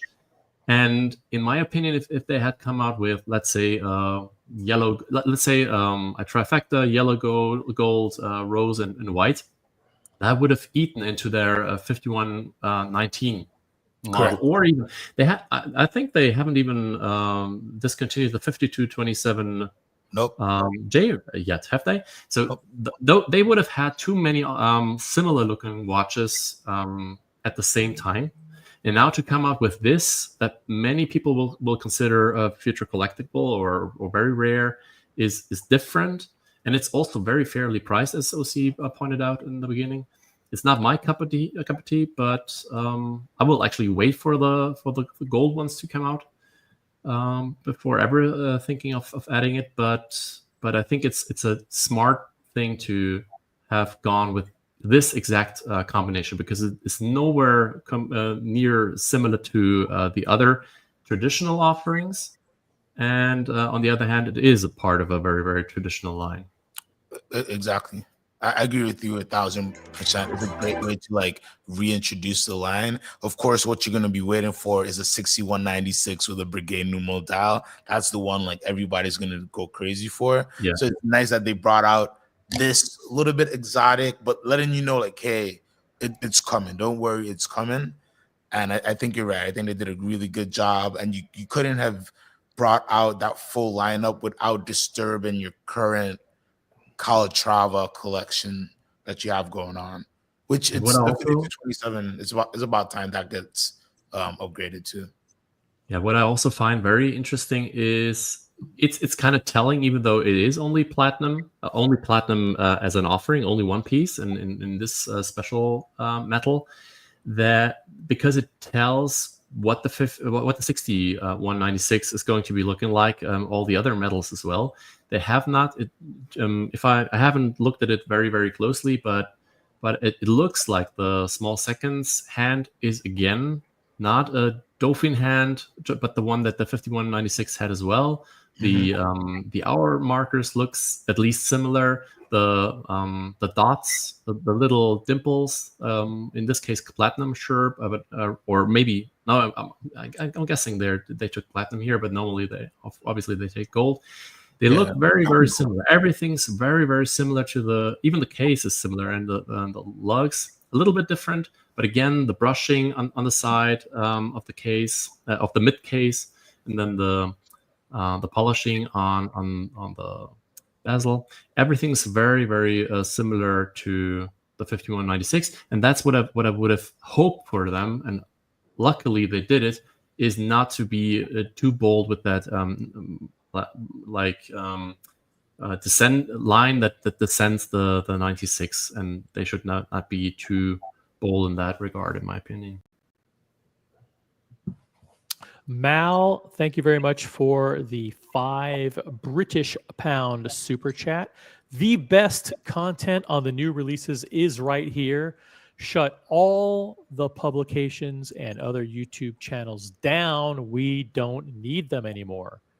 Well, I don't know about that, because I only stream when I want to, and it's a volunteer force here. We don't have a set time where we stream. So you may want to keep a couple other YouTube channels. So you might want to keep subscribed to a couple other channels, and check out Monochrome and Fratello and those guys once in a while. They do have sometimes good content. Yeah. But we're not corporate media here. We will not sugarcoat it. If we don't like the watch, we're going to tell you. I'm trying to get out to Thailand. I'm trying to convert. I'll also be here. I'll also check in once in a while, but I'll just be very quiet. So we're hard on corporate media. Sometimes when they're awful, we'll be hard on them. But when they do a good job, we also give them a shout out. Like Waco did do a very good job with a very long video with his chubby Asian friend talking about the new. What's his name? I don't know. He's not chubby. He's just poorly. Attractive, plump-looking friend. He's a cute guy, and talking about the new escapement, the new caliber, and they nailed it. They nailed all those things. They said it's going to be high beat. They said it was going to be a new escapement. They said it was actually it's not a natural escapement. It is a new caliber. Oh no! And the fact that it's uses the silicon whatever hairspring, so they did a good job. By the way, they came out with a video about the Land Dweller. Revolution did this morning. You guys want to check it out? Go for it. It's a short one. It's a short one. I saw Teddy got the scoop. It was very interesting. Even though he didn't get the scoop, SJX also was there, but Teddy was quick on to pull that trigger. Let me see if I can. But thank you very much, Mal. Appreciate it, guys. Now is a great time to upgrade your memberships or super chat to show your appreciation for the live coverage of these releases. Let's see. Let's give Way and okay, he isn't chubby. I'm wrong. I take that back. If he's chubby, like what the fuck am I? You know what I mean? He's not chubby. He's not chubby. He just got a really he has a baby big head. He got that baby fat face. The husky face. Husky face, baby, big giant baby. Yeah. Listen, I hey, the ladies love that though. They pinch the cheeks and stuff. Yeah, if I could rock bleached blonde hair, I would do that as well. So, all right, cool. Yeah. Let's go through the video. Just shout out pause whenever you want to stop, and I'll throw up the subtitles so you can understand them because they are Asian. Sometimes you can't understand what they're talking about. They're speaking in like Thailand language or Singaporean. I think he's from Singapore. Okay, whatever. It's all the same. Hong Kong, whatever. Guys, it's a comedy show. Relax. We're just having a little fun here. Wayco and Constant Kwong, and it is our first Constant Kwong. And pretty much we can leave after this because we've just seen the new Land Dweller on our wrists. Yeah. So, we made a video and you can see the link below and it talks about what we thought was going to happen in terms of the Land Dweller. That's right. I think we were kind of pretty close, but okay, let's talk about it first as it's an integrated bracelet sport chic watch, which was missing from the lineup of Rolex. Well, there was one in the past. There was initially the Texan. They didn't size it for them. They just have a full-length version here. No. And then there was, of course, the legendary Oyster Court. That's right. Born in 1977. The reference is the 1630. That's the one that is in exhibition. So I guess. Okay. So there you go. So now you've got the return of an integrated bracelet sport chic watch, which really adds something to the lineup for Rolex. But really what's marvelous is the movement inside. So Constant, talk to me a little bit about the thickness of this movement and where it comes from. The Land Dweller features the caliber 7135, which is a evolution, actually a date version of the 7140. So, by the way, seeing it in the flesh, do you have any issues with the profile or the look of the case or anything? Like the angle of the lugs is surprisingly abrupt. I noticed that too. Like here he's pulling the bracelet out to the side, like to make it look horizontal instead of how it would sit on the wrist. So it looks a little weird. It looks like it's it's cutting in and cutting out. But when you put it on the wrist, it's not going to look like that. Yeah, it's going to taper. Seem a little, it has to be if your wrist is large enough. Now, if you have a extremely small wrist, I think it's going to look really odd. But because if you notice when the pianist is playing the piano, it's kind of hanging off her wrist in that commercial. Looks a little odd, but on Federer, it looks just fine. So. Yeah, what could they size it to Federer? Yeah, for some reason they don't like to size it like normal models. It's like have them wear the watch. They're more focused on the watch getting the profile shot, but it's like people don't like in a shot with a pianist. You want to see a nice fitting watch, Yes, exactly. Yeah. So shout out word to Rolex: don't let people take the watch off and show it like this. That's a less flattering look. Like I know people want to look at you want to look at the thickness of the case. But it just doesn't. Yeah, because there's no way that it's as because the case angles down that where at 45-degree angle where it meets the bracelet, and then you pull the bracelet out horizontally, and it doesn't look like it's cohesive. But actually, when you here's another bad looking shot. Wait, what's the nickname we came up for this last night? The fondue. We gotta keep it going. I don't know. There's so many nicknames. actually a date version of the 7140. So the thickness of the 7140 actually launched in 1908. With the launch of 1908, it has a thickness of 4.13. Yes, but without date. Without date, yes. So this is slightly thicker at 4.68 mm. With date. With date, yeah. And Dynapulse escapement. Yeah. No, and as beautiful as this watch is, it is also representative of a major moment here in Rolex because we're having the first high frequency movement. That's right. This watch is beating at 36,000 vibrations per hour or 5 hertz. Hertz, yeah. And then, of course, there is an all-new escapement. So let's clarify. Is that a big deal, guys? Is that a big deal that it's now a 10 ticks per second movement versus 8? I don't think so, man. I think for Rolex is not. I think we went to this place where all the brands are doing quality stuff, right? And nothing that anybody's doing can beat a coaxial from Omega, right? A master coaxial from Omega, because you're gonna service it less, all these different things, metas, blah blah blah. So like, while this is very impressive, I think the average person who's gonna buy a Land Dweller, you know, you could have made this an oyster quartz, and people would have loved it just the same. You know what I mean? Like, so it's like, it's a shame because we do want a brand that we're giving so much money to keep improving on their technology, to keep like at least giving you some type of reason to keep spending the money. But it you know, like they're saying all this, and like as a watch guy, I'm like, oh, this is amazing. But as somebody who sells watches, I doubt I'd ever get that deep selling Land Dweller. It's already on your wrist. You know?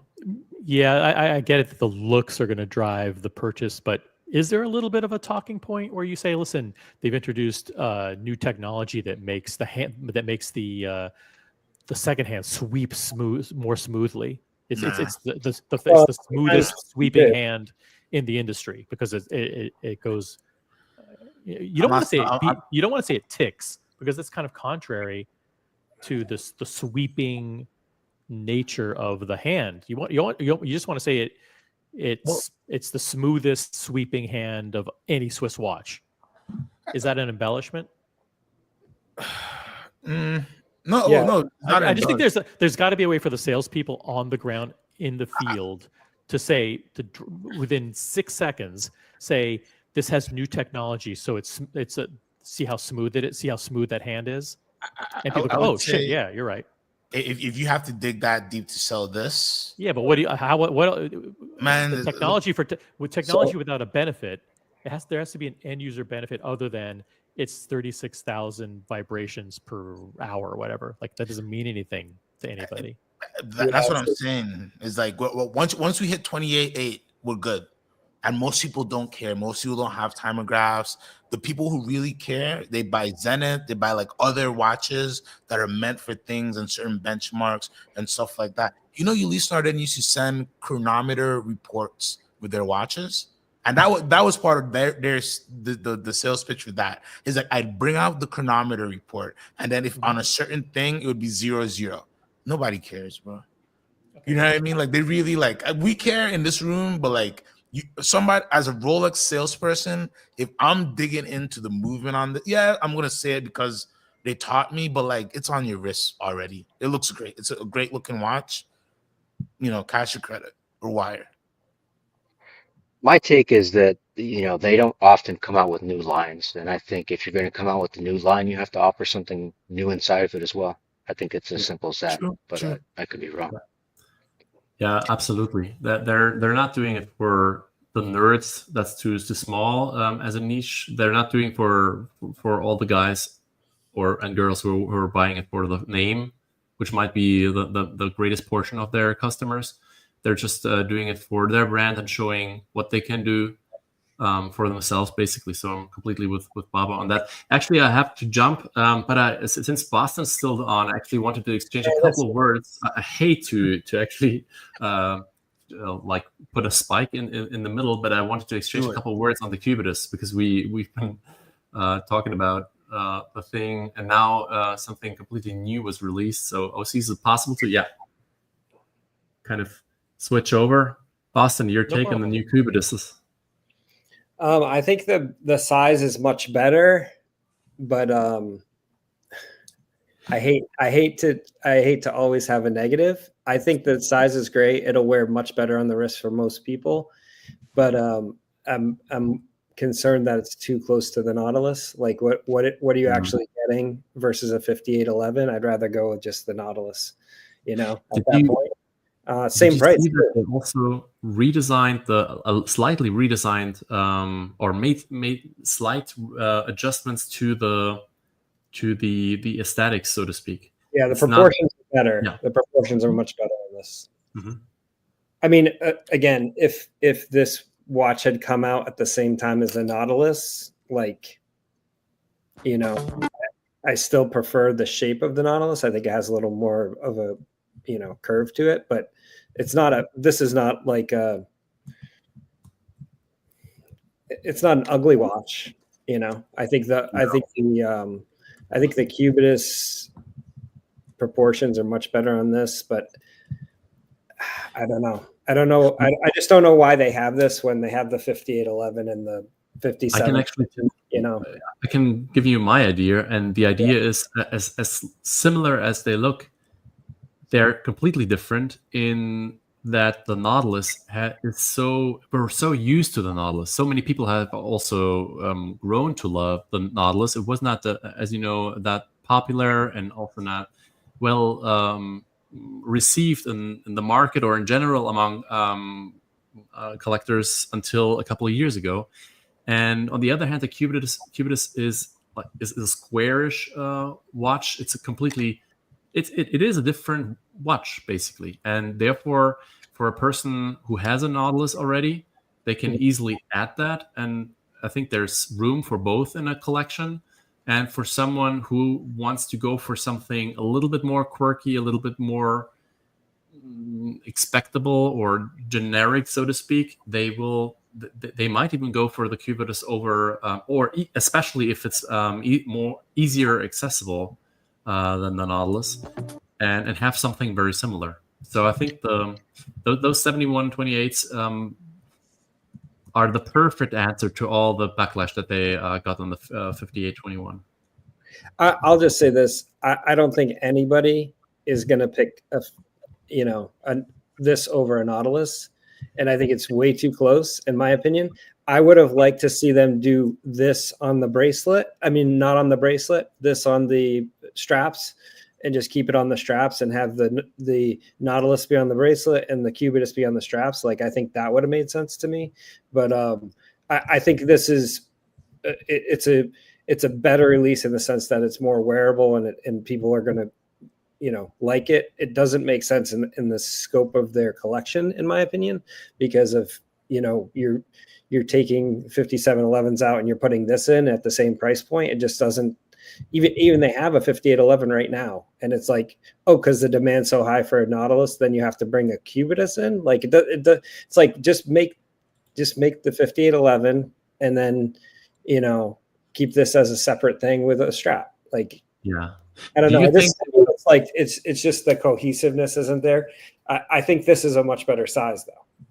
Do you think they would have come out with these, especially these kinds of versions of the 7128, if the backlash to the 58, 21, and 22 had been that hard?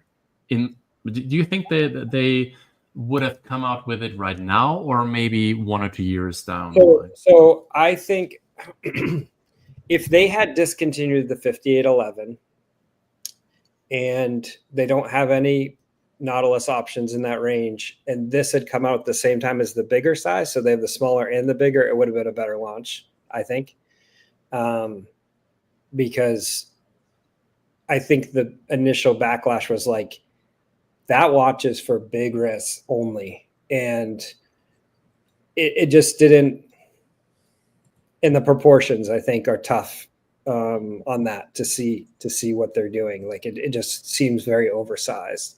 It's like Cartier if they came out with a Santos XL first and no medium size and no lady size. It's like. I think down the line it won't matter. I even venture to say in 10 years' time we will say, oh yeah, the release was there were mixed reviews, but and Terry Stern had some kind of. You know what I mean? I think it will vanish in time, and I think if you're a hardcore watch nerd dash enthusiast collector, whatever, you kind of, I see where people find it sacrilege to release something like that is so close. But again, the new customers that are going to definitely come in down the line, and also the ones that are looking at it completely untainted, so to speak, they like that piece, and I know why. So you know what I mean? I think it's sometimes we have an idea of what makes sense and have an idea of what we would like for a brand to do, and also what a brand, in our opinion, needs to be doing in order to stay true to their roots, true to what they've always done, and so on. So it's harder for us who have all that history knowledge and knowledge about development of certain model lines to accept that they would venture outside of the box that far. But I think it's not that, in the grand scheme of things, it might be a wise move. No, I think again, I have no problem with them making a square watch, or I don't think this is I think the proportions are better on this watch. I just wish that they differentiate a little bit more instead of having it be so close with with a classic offerings. It's kind of like if Rolex came out with a 38 millimeter Daytona and they changed the shape slightly. Everybody be like, like we have the Daytona, like we don't really need another shape. I don't know. It just, to me, like, again, I like Patek, but I want Patek to be Patek, and they could have preserved that Nautilus a little better, I think, with keeping them differentiated a little more. I think it still looks like a Patek watch, but I think I don't think it's like a complete mistake. I'm just saying it almost sounds like you feel the Cubitus is somewhat a threat to the Nautilus. No, it's not a threat. It's not a threat. I'm saying if you're okay, you have to differentiate between this is a Patek collector that focuses on Patek and is going to have 8 to 10 pieces, 6, 7, 8, 10 pieces, okay, from Patek. They're gonna get into Cubitus at some point, whether it's the platinum one, if they want something a little more different. I think that platinum one with the bracelet is very different watch look and feel than these watches. And I think you're gonna want a 5811 before this, and you might want the platinum one on the bracelet. That's all I'm saying, is like, to get to this watch, it's either you're compromising because of demand, or you're saying maybe you just like square watches, right? Personal preference, like that's fine.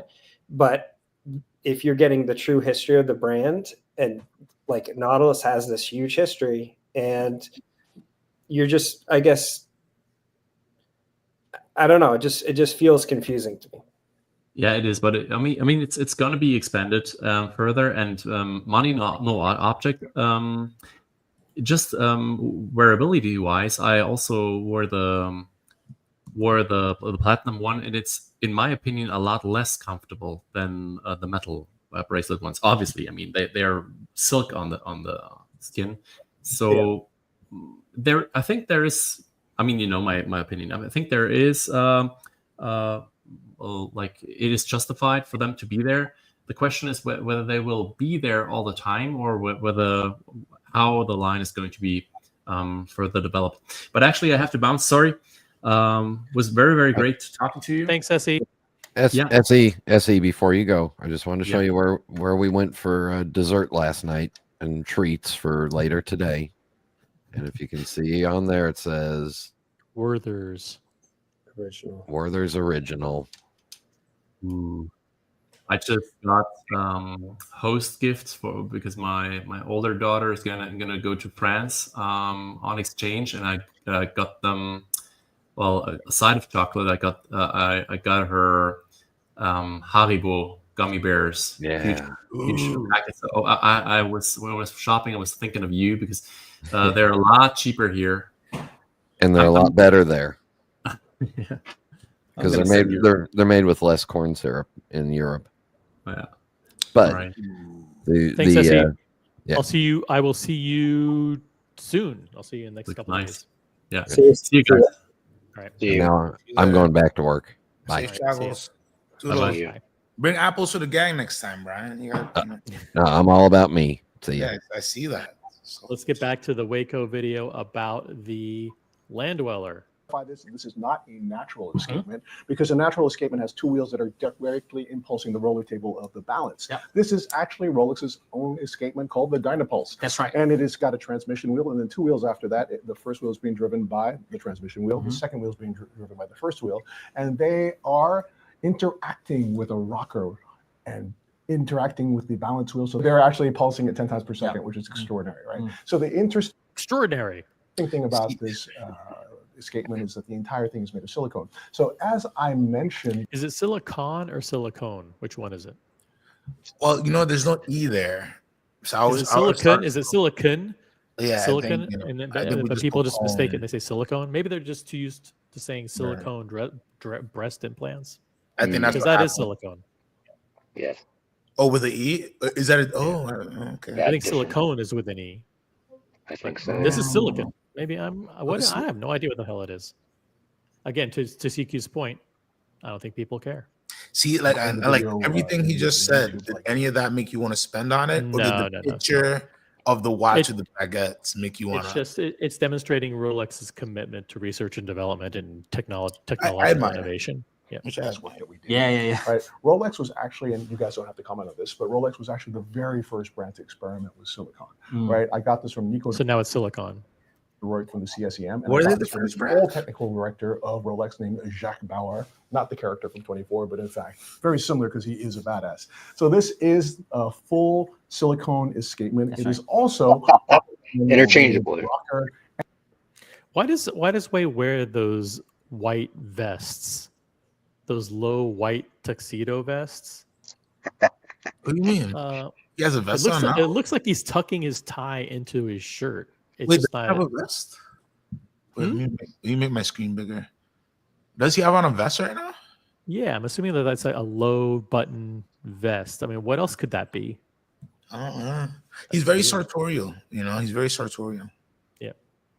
And the two wheels are all on the same level as opposed to some of the other escapements that exist out there in the world. Now, this movement has a frequency, as I mentioned, of 5 hertz or 10 beats per second.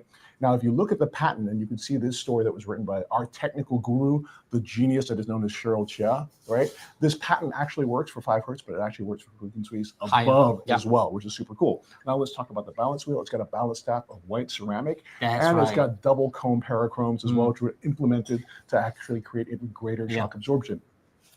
I forgot to ask the guys from Rolex, what's the accuracy rating? -2 plus 2? -2 plus 2. Yeah, so also, is that a big deal? No, for what I'm paying, I'm expecting that. So the problem is the standards are already. I expect -2 plus 2 is Rolex. So it's like. certified first, just the movement, and then with the internally superlative chronometer certification, the -2 plus 2. This is an absolute revelation from a movement perspective. Now, if you ask me what's going to happen to Chronergy, because it was introduced in 2014, and it is, of course, the Swiss lever escapement, but 15% more efficient, I'm going to say Chronergy is going to exist, continue to exist, and maybe be the movement. Oh, he was told that. I mean, he's not going to say. He was told, like, hey, we're using this on this one for now. The other ones are going to continue on for a long, long time. They're going to bump up the price every time they do a movement swap. Swatch they just become 14 grand watches within 3 years. Remember, I said that within 3 years, 14,000. Sure, new movement. Yep. And this is going to be a movement for exclusively with the Dynapulse for the land dweller. That's right. And maybe even a platform for complicated watches from Rolex to come. Who knows? Right. He was told that. We know that. See, this is a great base. Watches are absolutely beautiful on the wrist. So the watches come in 2 sizes. The land dweller comes in 2 sizes, the 36mm and the 40mm. Yes. So we have 3 examples here. So me and Wei, we are wearing the, okay, now Wei is double wristed. Wei and I. So Wei is wearing the platinum 40mm version. I'm, of course, with the ice blue dial. Yeah. So I also want to talk about this a little bit as well. So as you can see from 23 to 24, Rolex actually decreased the number of watches that they made, yet they increased their average price. He goes into, I'm going to skip that, the next 15 seconds because he drops like 18 statistics in 20 seconds. And shout out to him. He knows all this stuff. He knows everything about the number of units they made, the prices, the averages, blah, blah, blah. If you have a watch that's the starting price is 15,000 Swiss francs and it goes all the way up to 88,000 Swiss francs, that means that you have an entire new production line that is actually ranging above the. Now, the shit that Waco says, he doesn't make up out of thin air. It's all shit that he's been told by Rolex. Right. Yes. So he would, right. So he has the inside scoop. When he said like they're going to have two sizes and they're just going to be, one's going to be within this range, the other's going to be within this range, and it's going to have a new movement. Blah, blah. It's because he has the inside scoop. So everything he's dropping now is shit he's been told. Oh, the chronergy escapement is going to continue on for a long period of time. We're not getting rid of it. So he's kind of like wink, wink, sharing it with everybody. This shit right here, listen carefully. 8,000 Swiss francs. That means that you have an entire new production line that is actually ranging. Entirely new production line. Now, is that a Freudian slip? Did he just? Why would someone just mention, hey, there's an entirely new production line? Now, we know that this year they're bringing on a new production line and they're building an entirely new factory for 2029. So was he told like, hey, we're going to be able to increase production? Listen carefully. Yeah, listen. Ranging all the way up to 88,000 Swiss francs. That means that you have an entire new production line that is actually ranging above the average price of Rolex. That's right. And let's just say, for the sake of argument, if they eventually add, say, another 100,000 of those watches, and no, just for sake of argument, hey, just out of the blue, let me just pull a number out of my ass. Let's just say they add maybe 100, maybe they make 100,000 of these things. Right. And let's just say, for the sake of argument, if they eventually add, say, another 100,000 of those watches, and we're using it just with the base price of the steel one, that's another 1.5 billion in terms of turnover, and you don't affect the desirability of all the other models because you don't need to produce more. So this, you don't affect the production or the availability of the other models. So that means look for Rolex to maybe increase production by 100,000 units. Easy. Well, he's saying 100,000 just on the steel. Eventually. Well, I would say 100,000 of the new movement, if I'm reading between the lines, maybe. Yeah. Well, New production line. He said steel. Did he say? Yeah. Well, he's talking about the cheapest price. What was 15,000? So if you assume everything that they produce is the cheapest price, 100,000 of the steel. He just said billion in terms of turnover, and we're using it just with the base price of the steel one. That's another 1.5 billion in terms of turnover, and you don't affect the. I think he's saying that he's just calculating the number just based on the base price of the steel. Yeah. Just with the base price of the steel one, that's another 1.5 billion in terms of turnover, and you don't affect the desirability of all the other models because you don't need to produce more. So this is an absolute work of genius from a business perspective. From a watch perspective, it's just amazing to wear. Dude, I really want one though. And it's an integrated bracelet sport chic. Well, let's just point something else out as well. Like, let's compare this, for example, to the other sort of like famous integrated bracelet sport chic watches. They're all at least double the price of this. That's right. And they don't have a gold bezel. They don't have a gold mid-link. And they don't have this incredible 7140 with the Dynapulse. 7135. Excuse me. They don't have the incredible 7135 with the Dynapulse escapement in there. So this watch is incredibly innovative. It's pretty much a game changer. And I think this watch just won one. One other factor regarding the movement is that it's allowed them to reduce the thickness of this case compared to the Datejust line by a couple millimeters. So, correct. Refresh my recollection. What is the thickness again? Is it 9.95? What is it's 9.7 on the 36. 9.7, and I think the 40 is 9.95. Yeah, I think it's slightly larger, but. I mean, yeah, that is a couple millimeters, so that's pretty substantial. All right. So that's pretty much the end of the video there.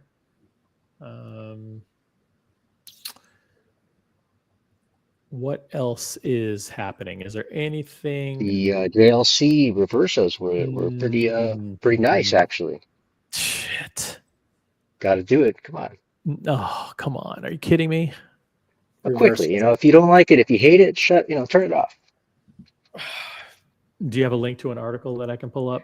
I'm lazy. I'm lazy. It's right on the main site. On JLC? Yeah. Let's see. GEA JER -LU CUUU TLLRAY. I can't find it. Can't find it anywhere.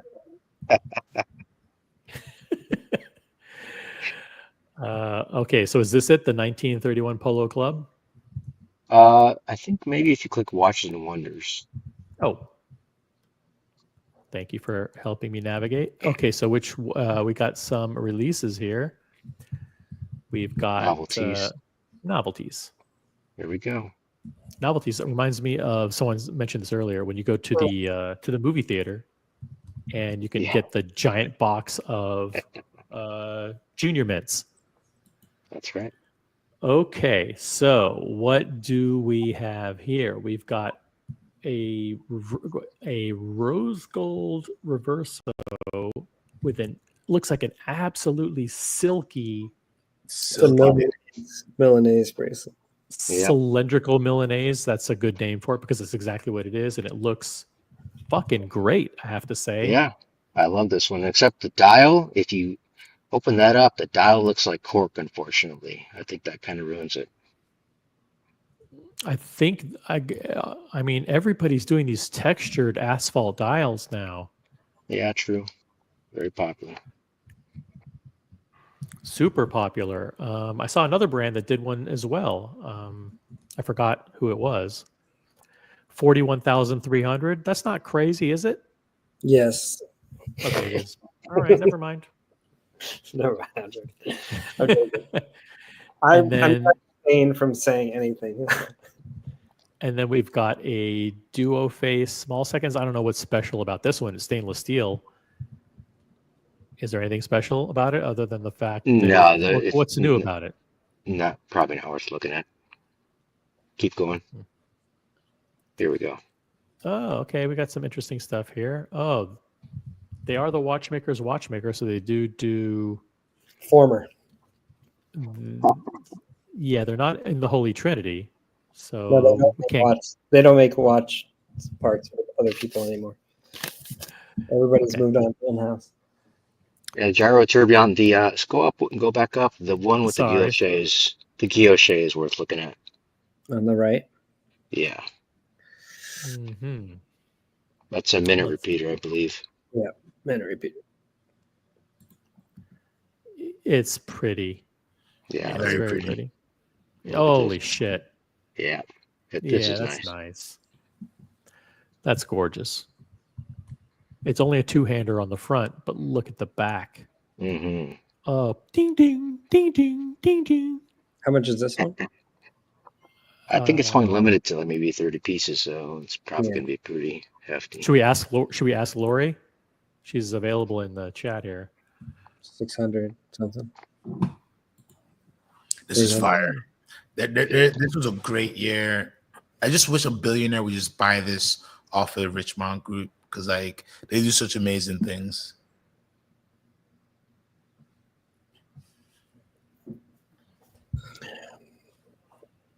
Good. Did they redesign their website? A nice, clean look to the website. I can't find a price, but oh, look at this picture. That's a great picture. Yeah, that is a good shot. It's like they're throwing the blue whatever it is. It's like glass onto the enamel. Yeah, the blue enamel onto the guilloche plate, and it just takes that color. They fire it up. Holy that's great shit. Yeah. And JLC always does a really good job at Watches and Wonders too. Like they always have a lot of these craftsmen at the workstations doing this shit in front of you. Oh, this hand guilloche dial. It's a nice video. It's a very nice video. Yeah. Fucking good You shit. know what's nice about it? It's the actual real. I don't think it's computer generated. No. Right. So it looks way better. All these computer generated stuff looks like garbage. Yeah.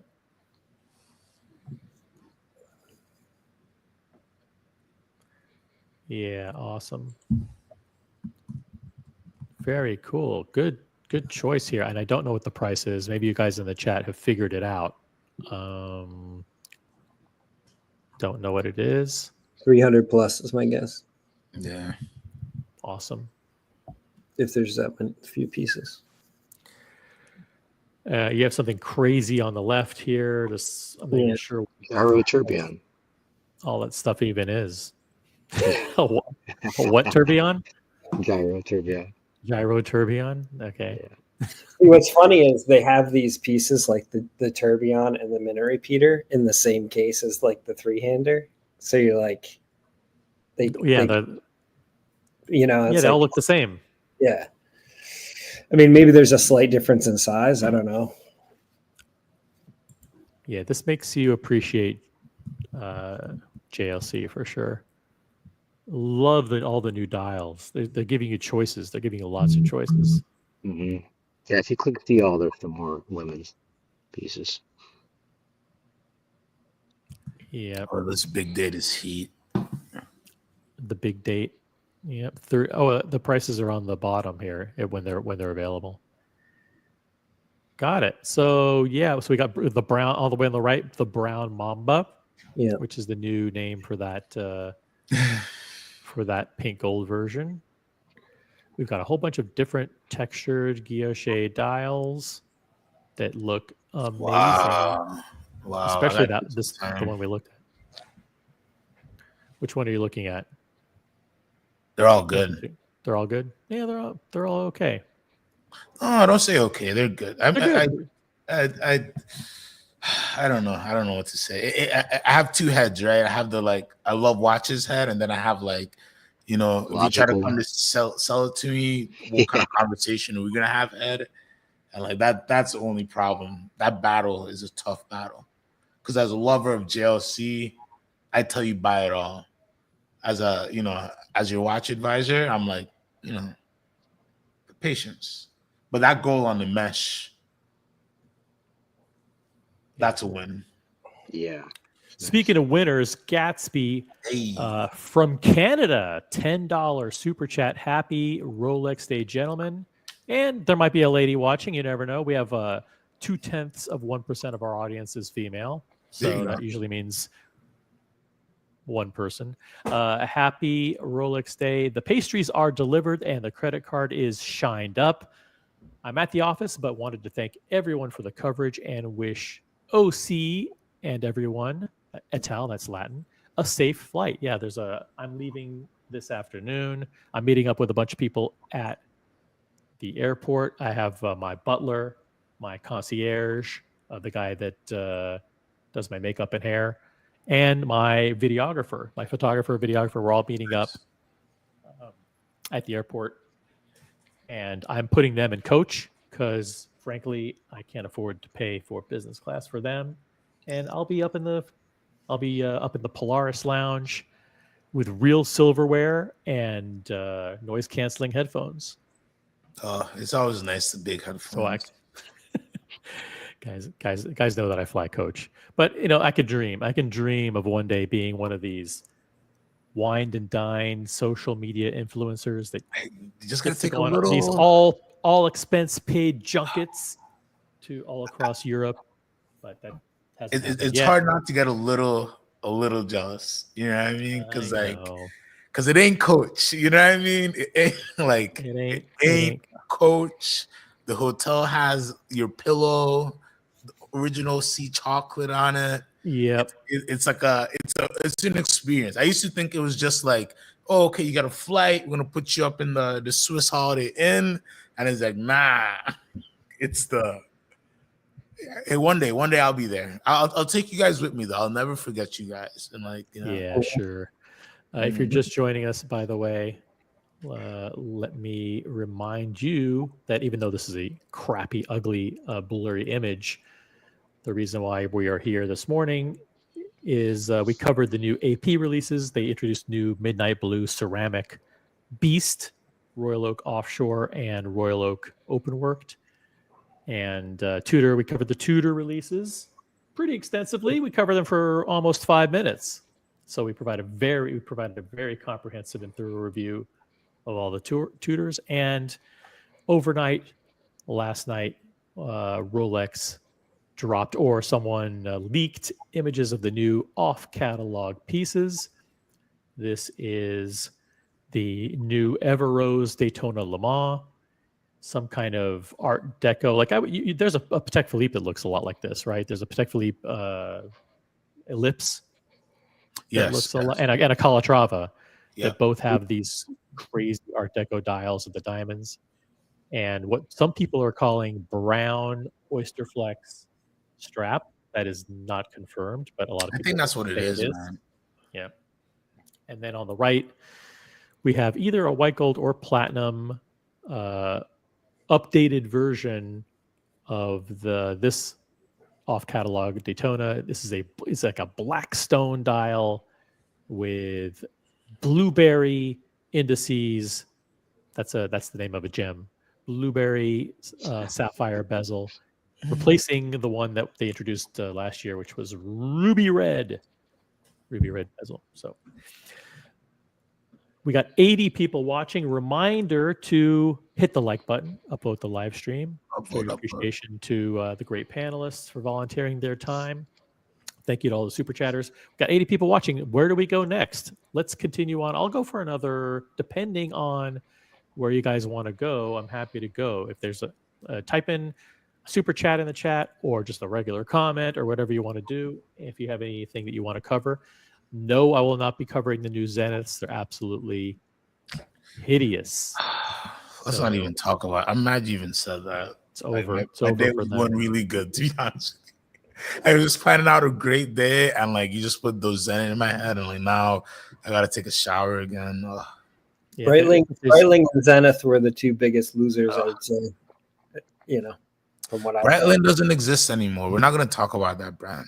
That brand is now Vermont. Vermont and Breitling are both just, I'm banning them from this channel. I don't have any authority here, but what little authority I have. Yeah, I will grant you diplomatic immunity to ban anybody in the chat who mentions any brand starting with the letter B. Going out forward. of here. Out of here. Lefty asks a good question, one to which we don't know the answer, but we can speculate. Is the yellow gold Le Mans discontinued? I'm going to say that it's an off-catalog piece, so it's never really in or out, but they'll probably deliver the last amount that they produce or continue producing for a certain period of time, and then it'll be gone. So we don't know when it'll be gone, but consider it gone, because if they have rose gold, you know, they're going to follow in the same kind of footsteps as they did with the yellow gold replacing the white gold. I would say if you're AD, you've already like been either have your allotment or you've been told, okay, you have one more coming. Like everybody who knows they're gonna get one, at least on the dealer level, they already know. And then I doubt they're gonna do another big batch. They might have some at HQ for like Federer and friends, but beyond that, I think they want it to be very special, limited releases that like you don't even see. The Mall asks, and I've offered different opinions about this in the past, but I might surprise you with my answer here. What happens to the prices of the Rolex John Mayer Yellow Gold Green Daytona? Do the prices keep going down with this release? And I'm going to say that even as recently as yesterday, I was saying, yeah, prices will continue to go down. But that was wishful thinking on my part. I think the reality is, with all this buzz and excitement, the secondary dealers are going to find every opportunity at their disposal to jack up prices. So I think you're going to see prices creep up on the John Mayer Daytona. I think you're going to see prices creep up on the white gold blue dial discontinued Daytona. You know, if there's a new one for $50,000, why would they sell the old one for $37,500? Right? I hate that. That's how it works right now. It's that's how it's going to work. Listen, there's interest in a white gold blue dial Daytona. Great, go to the AD, wait a year and a half, and you'll pay $54,000 with tax, or you can have it from me for $45,000. Well, wait a minute, wasn't it $37,500 3 weeks ago? Yeah, yesterday's price isn't today's price. You and it'll waited still and you lost. down as the top model comes down. I think the John Mayer has sat at 65, 70 range, depending on condition and everything, for 2 years now. Like, it hasn't moved. So I don't think this is going to jump it up, and I don't think it's going to put it down. And the new yellow green one will be higher than the John Mayer to start with anyway. So I think there's plenty of room on that model. I think the white gold blue is more of you're going to see downward pressure as that one starts dropping. The other one will keep. It's just going to be like how a brand new Submariner versus a 4-year-old Submariner. There's going to be a price difference there for brand new. Mm-hmm. But you don't think they're going to raise prices on the blue immediately? Make them 43,000? I think they'll keep it and try to sell them. I think everybody's concerned with the market right now. Still, just in the background, I think for pre-owned is definitely different than retail. What's really interesting about this is, are these models, the new models, desirable enough for people to actually start buying other stuff to get spend history to get to these models? That's the real question, because that would increase the market potentially. But I think there's a lot of downward pressure and instability in the real markets that is weighing on it right now. But if people are, I don't know. If all of these come out of the gate and they're over, there's 5 or 6 Daytonas over 100,000. The rose gold Daytona's up there, and you have your normal titanium yacht master, the steel Daytonas. Now you've injected a lot of carrots for people to go after, and they might buy more Rolex. You bring up a very fascinating point and one that is spot on, because if these models are trading for 15, 20, 25,000 over retail, and there are a bunch of them that are doing it, and you can request several, and there might be a reasonable chance that you'll get one, it makes total sense. Now the game, which was over 2 weeks ago, all of a sudden is back. It's game on, because your SA calls you and says, "Hey, would you like to buy this two-tone Datejust?" Before it would have been, no fucking way. I don't want anything from you. I don't want to buy that, because there's nothing else that I want. But now there's a whole bunch of things that you want. So listen, I'll buy the Datejust. I'll take a $4,000 hit on it. No problem, because it's going to get me a little bit closer to a watch that I do want, that's selling for 25,000 over retail. Yeah, or a day, or you've got a blueberry sitting in the case, right? And they're like, "Hey, if you buy this, I'll it'll help you towards that Daytona that you asked." Well, Cookie Monster is a little bit bigger bite to I'm just saying, if you can say it's a meteorite Daytona and they're 100,000 that you're asking for, there you go. It's not that big of a deal to buy that Cookie Monster with the opportunity towards that. I think I'm saying these are bigger ADs, like a New York location or Miami or LA. I agree with you 100%, because the meteorites, the old meteorites, are in the $70,000 to $80,000 range, something like that, right? So they came down a lot, but they're still way over retail, double retail approximately. Yeah. 25,000 over retail. So now you have the meteorite coming back. They're not likely to be less than 75,000. They're going to be at least 85, 90,000.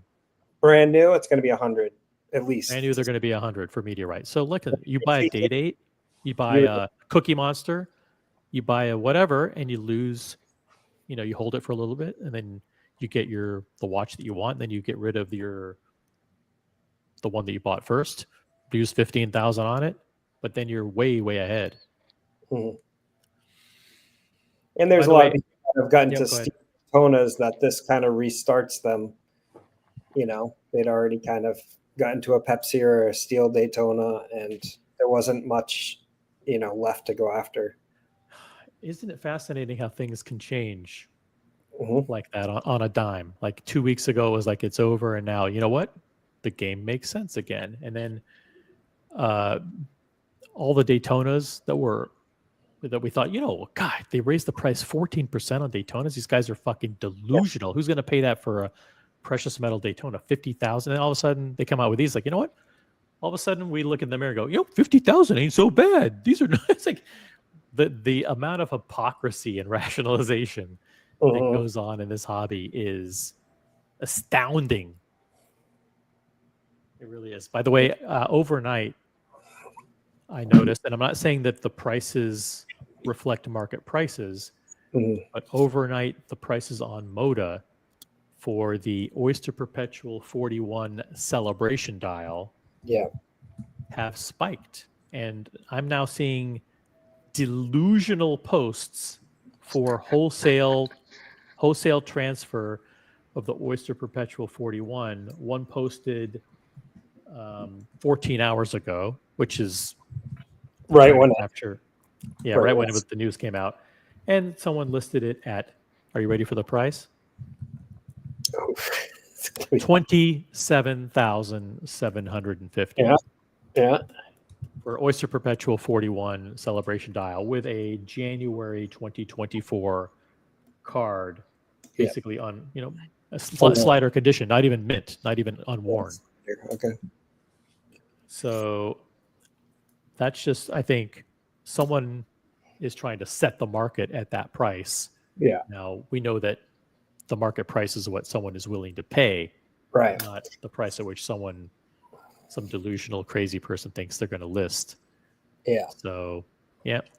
I think that price is probably looking at the Tiffany 41, where that's at 25, 26, and kind of set it right around there to start with.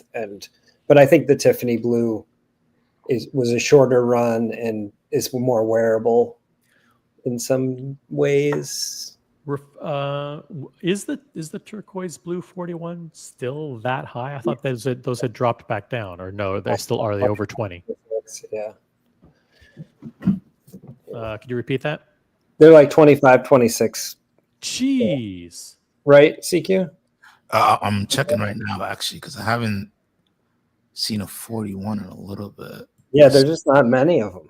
I think a lot of people either got it at retail and are still wearing it, but to really flip that watch with this market, because that's probably one of the stronger ones, holding. Would you, if you had a celebration dial, would you continue to hold it, or you're like, you know what, this is the peak of where it's going to be right about now, so get rid of it? Sell it. I mean, it depends, right? Because again, it's something where you might be able to post it and sell it right now and get a good amount for it, but how far is it really going to drop? Depends on how high it goes right now, but I just don't think that they're going to list it too high either. If it goes up 4K, if it drops from 18K to 14K and you're wearing it and you're enjoying it, is it really like you got to sell it right now? I don't think that's justifies it.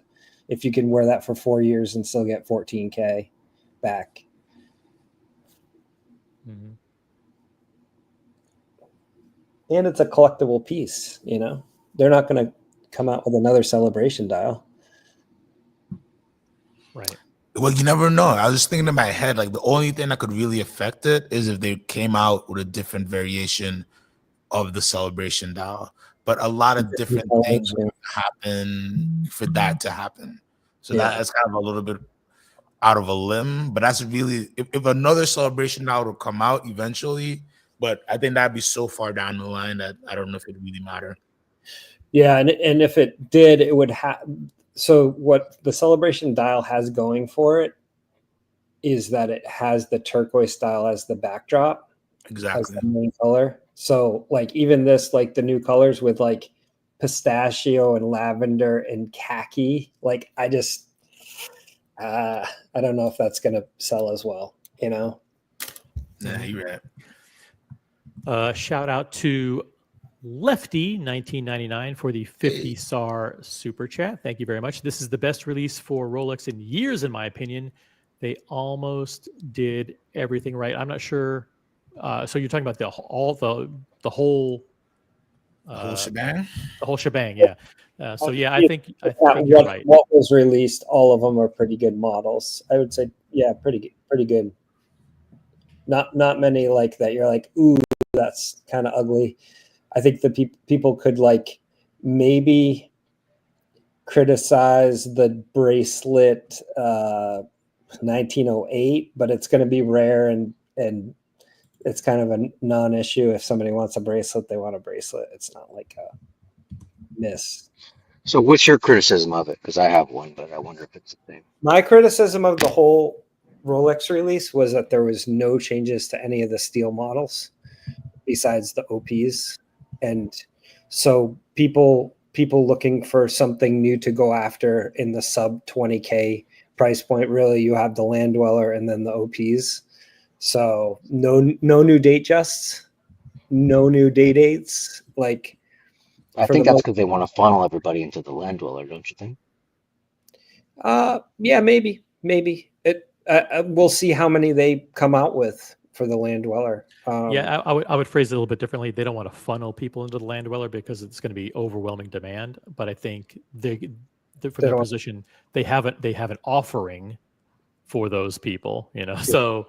I'm just saying it's a little thin. Like it would have been nice to get a different variation on a steel Submariner, for example, or something like that.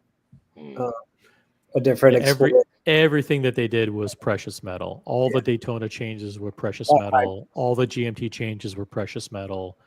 The Sky Dweller changes were precious metal. By the way, and for those of you who just tuned in and may not have caught it, there were some tidbits of information that are quite intriguing that came out overnight. Actually, a lot of them I learned on the Watch Hangout when I was on the panel there.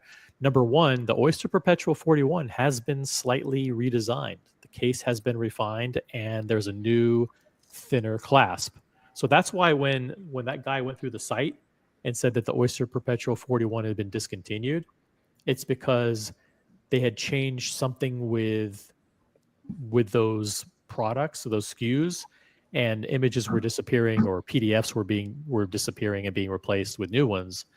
And so that case has been tweaked. So somebody will need to study how exactly that's been refined and what the clasp differences are on the Oyster Perpetual 41. Number two, the watch that is in this teaser, that is the Green Hornet, the left-hand drive, black and green, the VTNR, that comes now with a green ceramic dial. It is a green ceramic dial, which is fucking awesome, I think, because one of my major criticisms of the Hulk was that the sunburst green dial didn't look anything like the milky green dial that you would have on the ceramic bezel.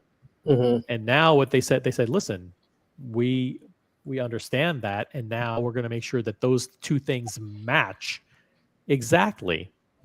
So you have a dial that is in the green ceramic, and you have the green on the bezel that is in green ceramic. So huge. And there's a lot of there's one dial, I think, Boston, you mentioned, that is in enamel now, correct? Yeah, the Tiffany blue Daytona. The Tiffany blue Daytona lacquer dial. Is a lacquer dial. Sorry, not enamel. It's lacquer dial. Thank you. And thanks to you, Mr. Tudor, to you in the chat, he's reminding us, but now that the OPs, as part of the redesigned clasp, the Oyster Perpetuals now have glide lock. Holy shit. That's a nice improvement. That's very nice. That is a nice improvement. Yeah. It's going to take a while for us to go through and identify all these little things. Yeah. But hopefully that doesn't make the clasp like really big like the Submariner. No, the thing is they went out of their way to say that it features a thinner clasp. Okay. Let me see if I can pull that up here. Rolex Oyster Perpetual 41.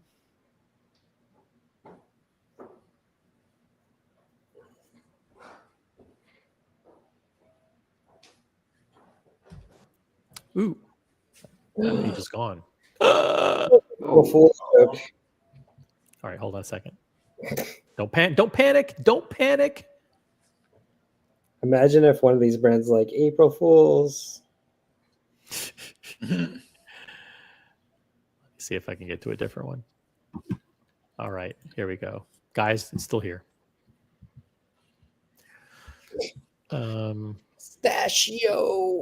Pistachio, baby.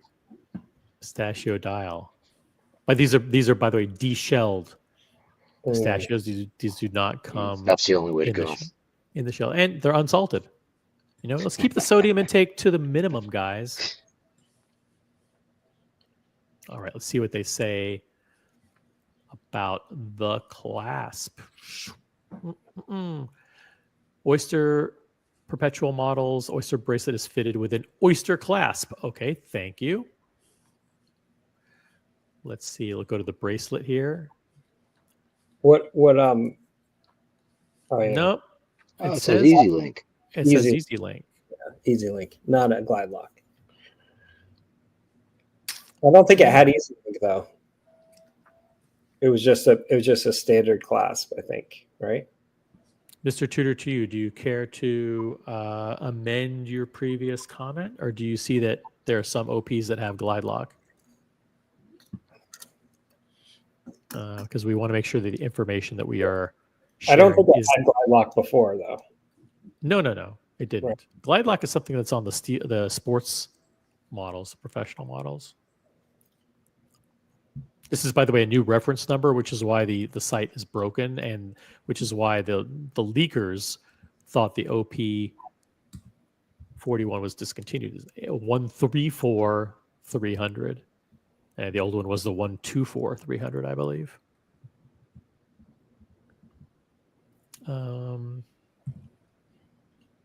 Let me go to the main site. Go to new watches.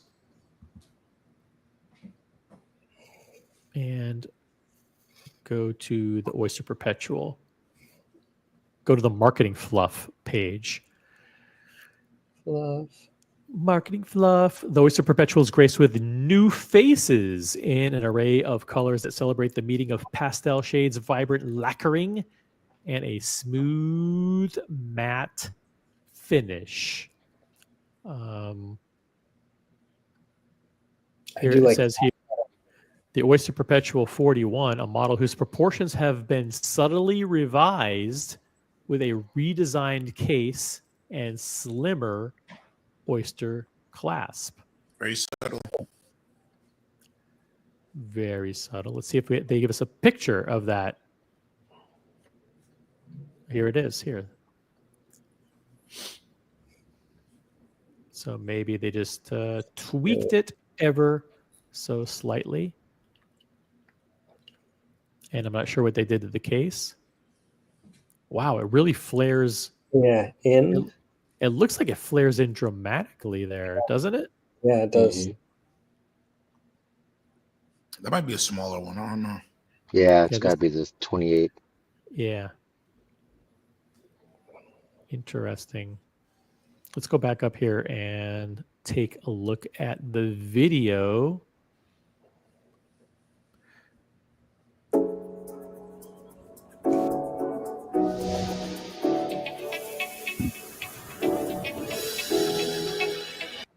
I have to give a shout out to Baba when they did the teasers, and remember this image came across the screen of these floating granules in the water or whatever they were. That's right. You said that was lavender, and you said it might mean a lavender dial. There it is. Thank you. I mean, that vindication. Yeah, that shit's hard to do, man. It's hard to guess, and you know, with a lot of our guesses, we were spot on. Yeah. And by the way, the other one was that thing that looked like ice and the thing coming across. And I said maybe that was meteorite. Mm-hmm. The meteorite dials came back. Yeah, true. Yep.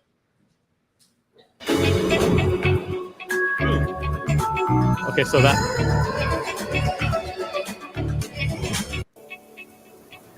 So the thing going across was not for meteorite. It looks like it was related to this dial, like a special enameling or whatever. See? That's the lavender, yeah. Yep, the lavender.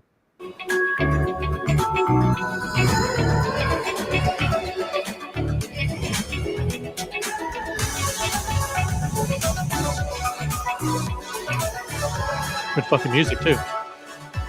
They're doing a good job.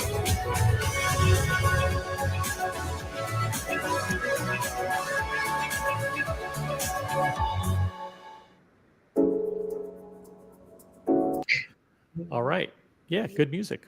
Loving it.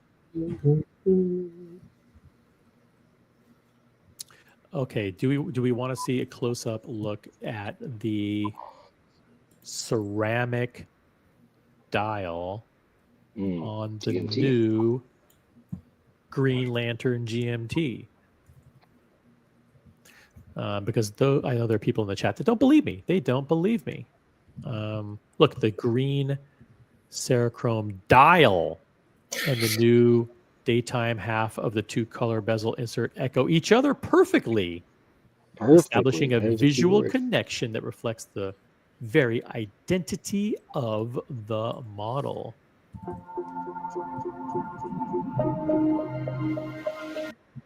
Oops. Sorry.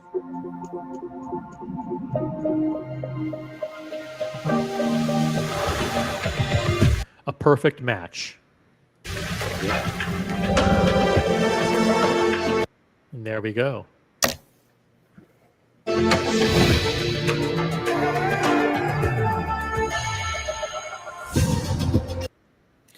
So is there any chance at all that this will revive interest in the precious metal GMT lineup? Because the GMT, the full gold GMTs there's two models. There's a full gold Guinness with yellow gold with Jubilee, and there's a full gold root beer with the oyster bracelet. And now we have, adding to the line, the white gold Green Lantern with the green ceramic dial. Does this? Don't forget they still offer the Tiger Iron, the new Tiger Iron as well. But they also have the white gold Pepsi still. Oh, you're right. The white gold Pepsi with the blue dial remains. That's actually news that's considerable in its own right. The fact that nothing happened to the Pepsi, so you still have the Pepsi in steel, with black dial, Pepsi in white gold with the blue dial, and Pepsi and meteorite.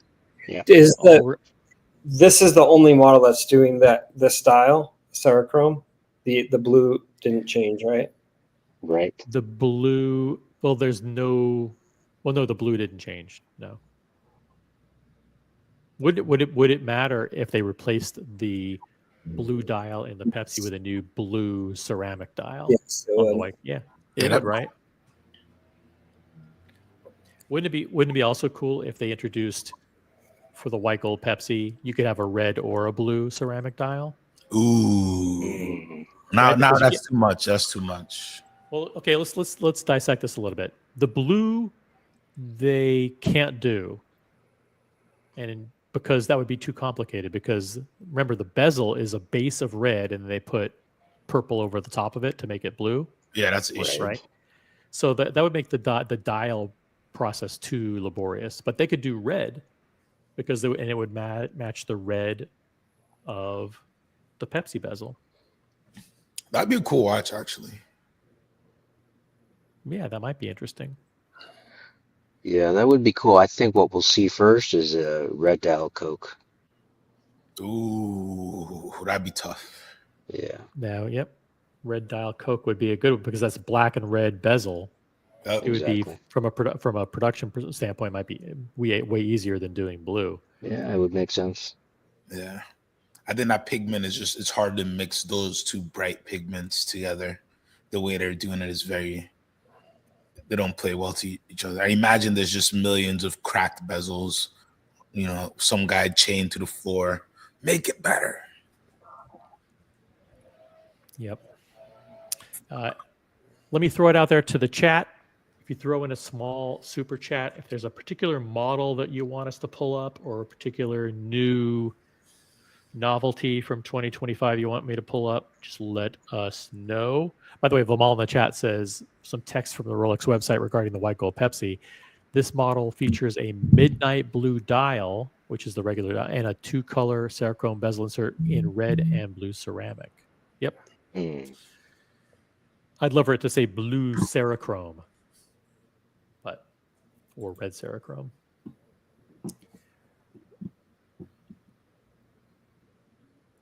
So I don't know. What do you think? You think this is going to be a big hit? For the first few months. Yeah, I mean, I would say no. No. Yeah. Is it the fact that it's left-hand drive that ruins it? No, I think that helps it. I think that there's a steel left-hand drive. If they had discontinued the steel version, it would have helped it. Yeah, I don't think the dial is enough to make Wait it a minute. sell. Wait, to make hold white on a gold second. sell. Let's expose Boston collectors' hypocrisy. You were just criticizing Rolex for not doing enough at the low end with steel, and then you say at the other side of your mouth, this would have been great if they would have discontinued the steel version. No, I'm just saying. I'm saying it's with the steel. With the steel offering currently in the catalog, the price point for this to get a green is exorbitant. Is a lot, and the white gold models are very soft right now. So I just there'll be specific buyers for this, but I think a lot of left-hand people have already bought the steel one at this point. It's been 3 years. It's still going to be another year of production. I just don't see where this fits in as like a big collector's piece, even because of the Cerachrome. It's the same material they have on the bezels. I don't know. Ceramic dial is not something that they do. I mean, I know. I'm just saying. I don't know that that's like a big enough selling point. Yeah, I don't know if it like the Tiffany blue lacquer dial is a throwback to the Stella dials, and that's what the OPs have is like a lacquer dial, like the matte finish. That's a collectible thing because that's from their history. This is like, a new cutting edge type of dial, but I don't know that it's like, if they had made it a full, if they had made it basically a Hulk, get rid of the black, and it was in platinum, then there'd be a couple more things going for it. But they could have done that on the sub, Yeah. Yep. And had the green dial, but it would be a different green than the sunburst green of the Hulk. But I don't know. Honestly, like I looked at some of the live pictures on these watches, and a few of them I'm like, ooh, in reality, when you look at the actual watch in the flesh, it's not as exciting. It kind of, some of them were a little flat to me. Do you think that there's a likelihood or a good chance that people who have been waiting for the left-hand drive, it's ironic because like you would think like, hey, this is a great opportunity to sell someone a $50,000 watch instead of a $10,000 watch. Like, hey, they want the green, great, let's offer them this first. But this is likely to be super, super hard to get too, like very limited production. Yeah, I would guess this is a good watch for a high-end left-handed person that has bought a lot from Rolex and might already have the left-hand drive sprite, but wants something a little bit nicer to wear. And it's just very, very, very niche. I don't know. Yep.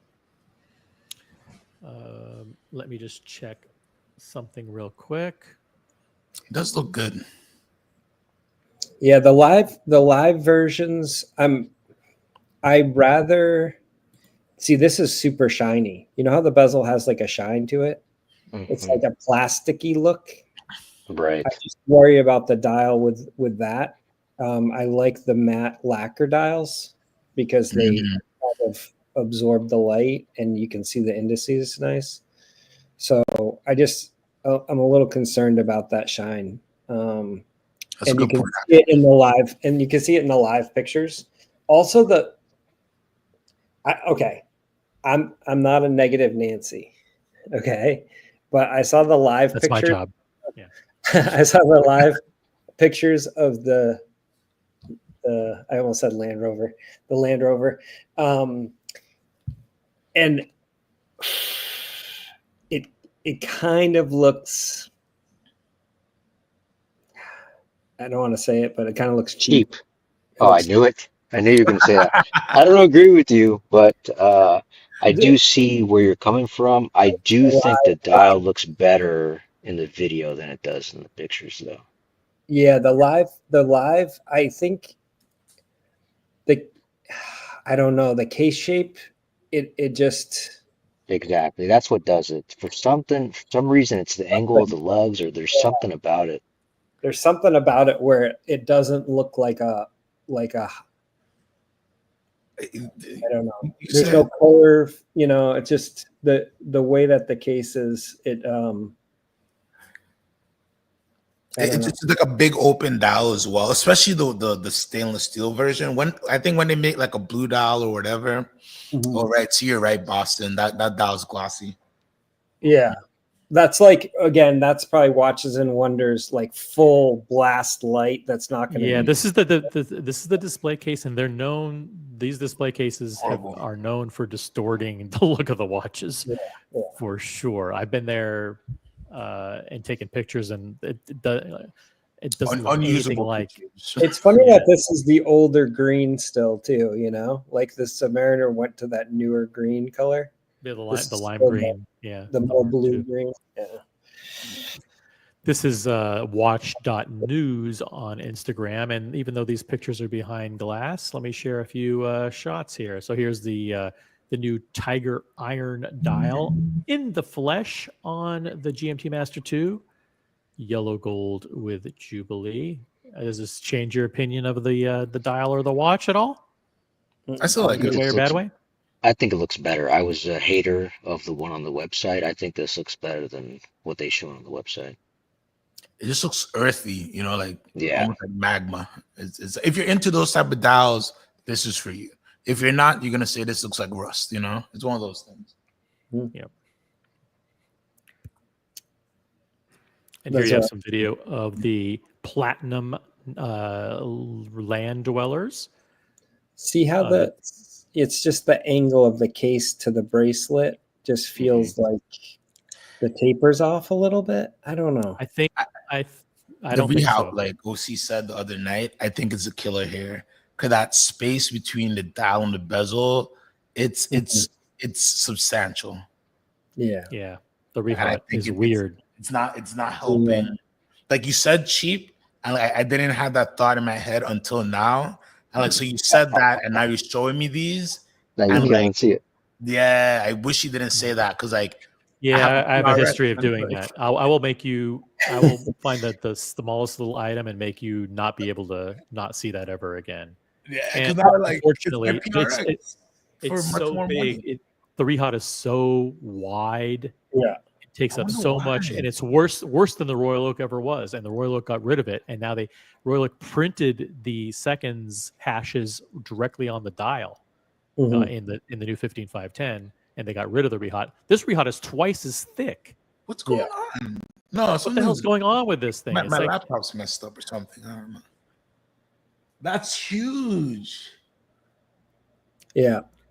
On the other hand, the blue dial, it's ice blue in some places, and where it's sunburst, it looks silver. It is actually kind of a very neat effect.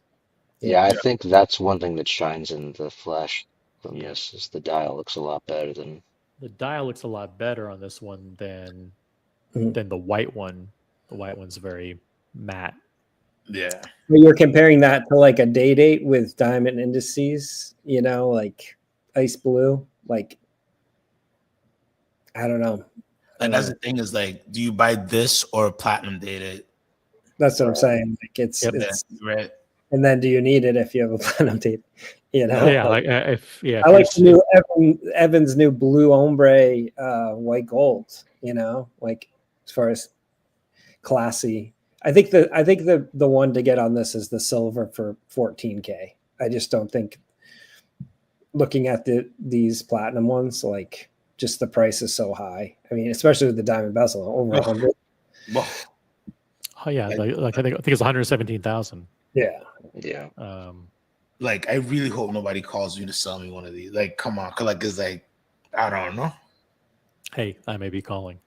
Let's continue on. That we also have an image here of the turquoise blue dial on the Daytona. That's a nice color. It's going to be even lighter than that. Like that's pretty heavy light. It'll look good. Like these are all being sold to like Miami Beach, by the way. Like this is like.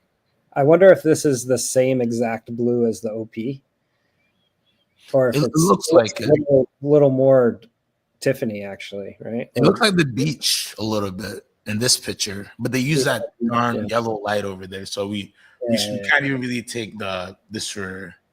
I think this is a good looking watch. I don't know. This is going to be the hottest in the bunch. People are going to say the meteorite, but this thing will be like insane. Yeah. Insane. I mean, the meteorite's more wearable, right?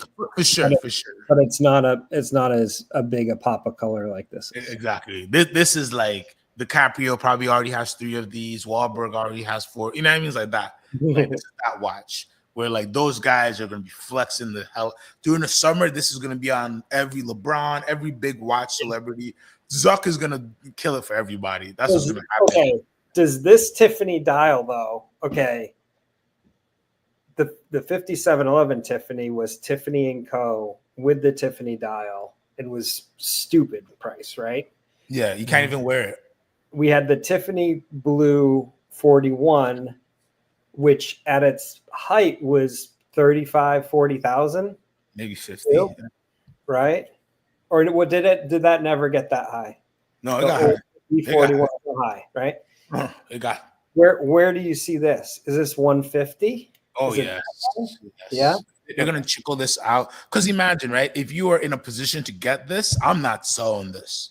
If I got this at retail, you got to pay me $110 at least for me to even like think about it. Because this is like a fire watch. And like, when are they going to make another like colored piece? Like, like, so I could see this. I could see a dealer putting it up at 150, 160 all day. The first one on Chrono 24 is going to be like stupid. It's going to be ridiculous, but somebody's going to pay it. We're in this unfortunate world where like these numbers are just like stupid, but like there's somebody who just wants it now and they'll pay it. But this will go.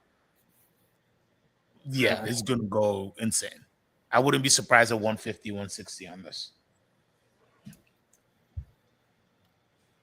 I think they'll make it rare. If it's not that rare, then maybe lower. But it's the same thing with the Le Mans. Is like, what are you gonna pay me for my Le Mans? Yeah, you know what I mean. It's like, are a lot of people?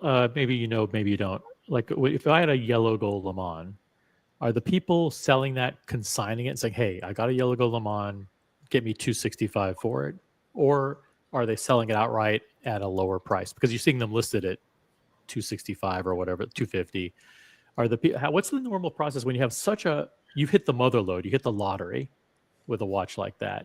Are you grateful that you can get 5 times retail and you basically whatever offer the dealer gives, I'll give you $225 for it, you're like, you know what, that's pretty good? Or do you like, listen, fuck it, if this thing's $255, I want to consign it, and I'll give the guy 10%, 10 maybe 5%. I'll negotiate it down to 5%. It really depends the person and the relationship they have with that AD and how protective they are of that AD, right? So the benefit of like selling a watch like this or like a Le Mans at a considerable less than market price is that usually that person can either hold on to that watch until the heat's off or place that to a client who will, you can offer the client like a very good price. They buy the watch. Hey, don't ever take this into a Rolex Safe dealer sale. ever. Yeah. Like that type of thing. So that's the advantage. When you do a consignment situation, the issue is, let's say you put the first one of these up on Chrono 24. Everybody's looking at this watch. So then you're multiplying your risk of people taking pictures, people asking for pictures. Is it a good dealer you're dealing with? So there's a mixture. It just depends how. Got it. So it might be better, let's say, to come to someone like you, or maybe a very reputable secondary dealer, and on the down low saying, hey, I have a yellow gold Le Mans. You shop it around, you tell me the price you can get, and you work out the particular pricing particulars with the dealer or whatever. Exactly. And hey, listen, you ensure that it's going to a good home, wink, wink, and it never really even gets listed. Yeah, that'd be most. Yeah, that's the thing, is that everybody does business differently. So like if in a situation like that with a very like highly sensitive piece, and I've dealt with like pieces that come from government leaders and things like that, where it's like, hey, if the papers get found out, big consequences here. So like when you're dealing with somebody like myself, and there are many other very good dealers who like will take that into consideration, it won't get listed. It will get sold privately. It will get sold most likely out of the country, or again to a consumer who understands the situation and also will be offered a reasonable price for that consideration, right? Like I know a watch right now that like it's like a $600,000 watch. There's two watches available. One is $680, one is $600. If you go for the 600 one, you can't send that in for service for the next 2 years, but you're saving $80,000. You know what I mean? So it's that type of thing.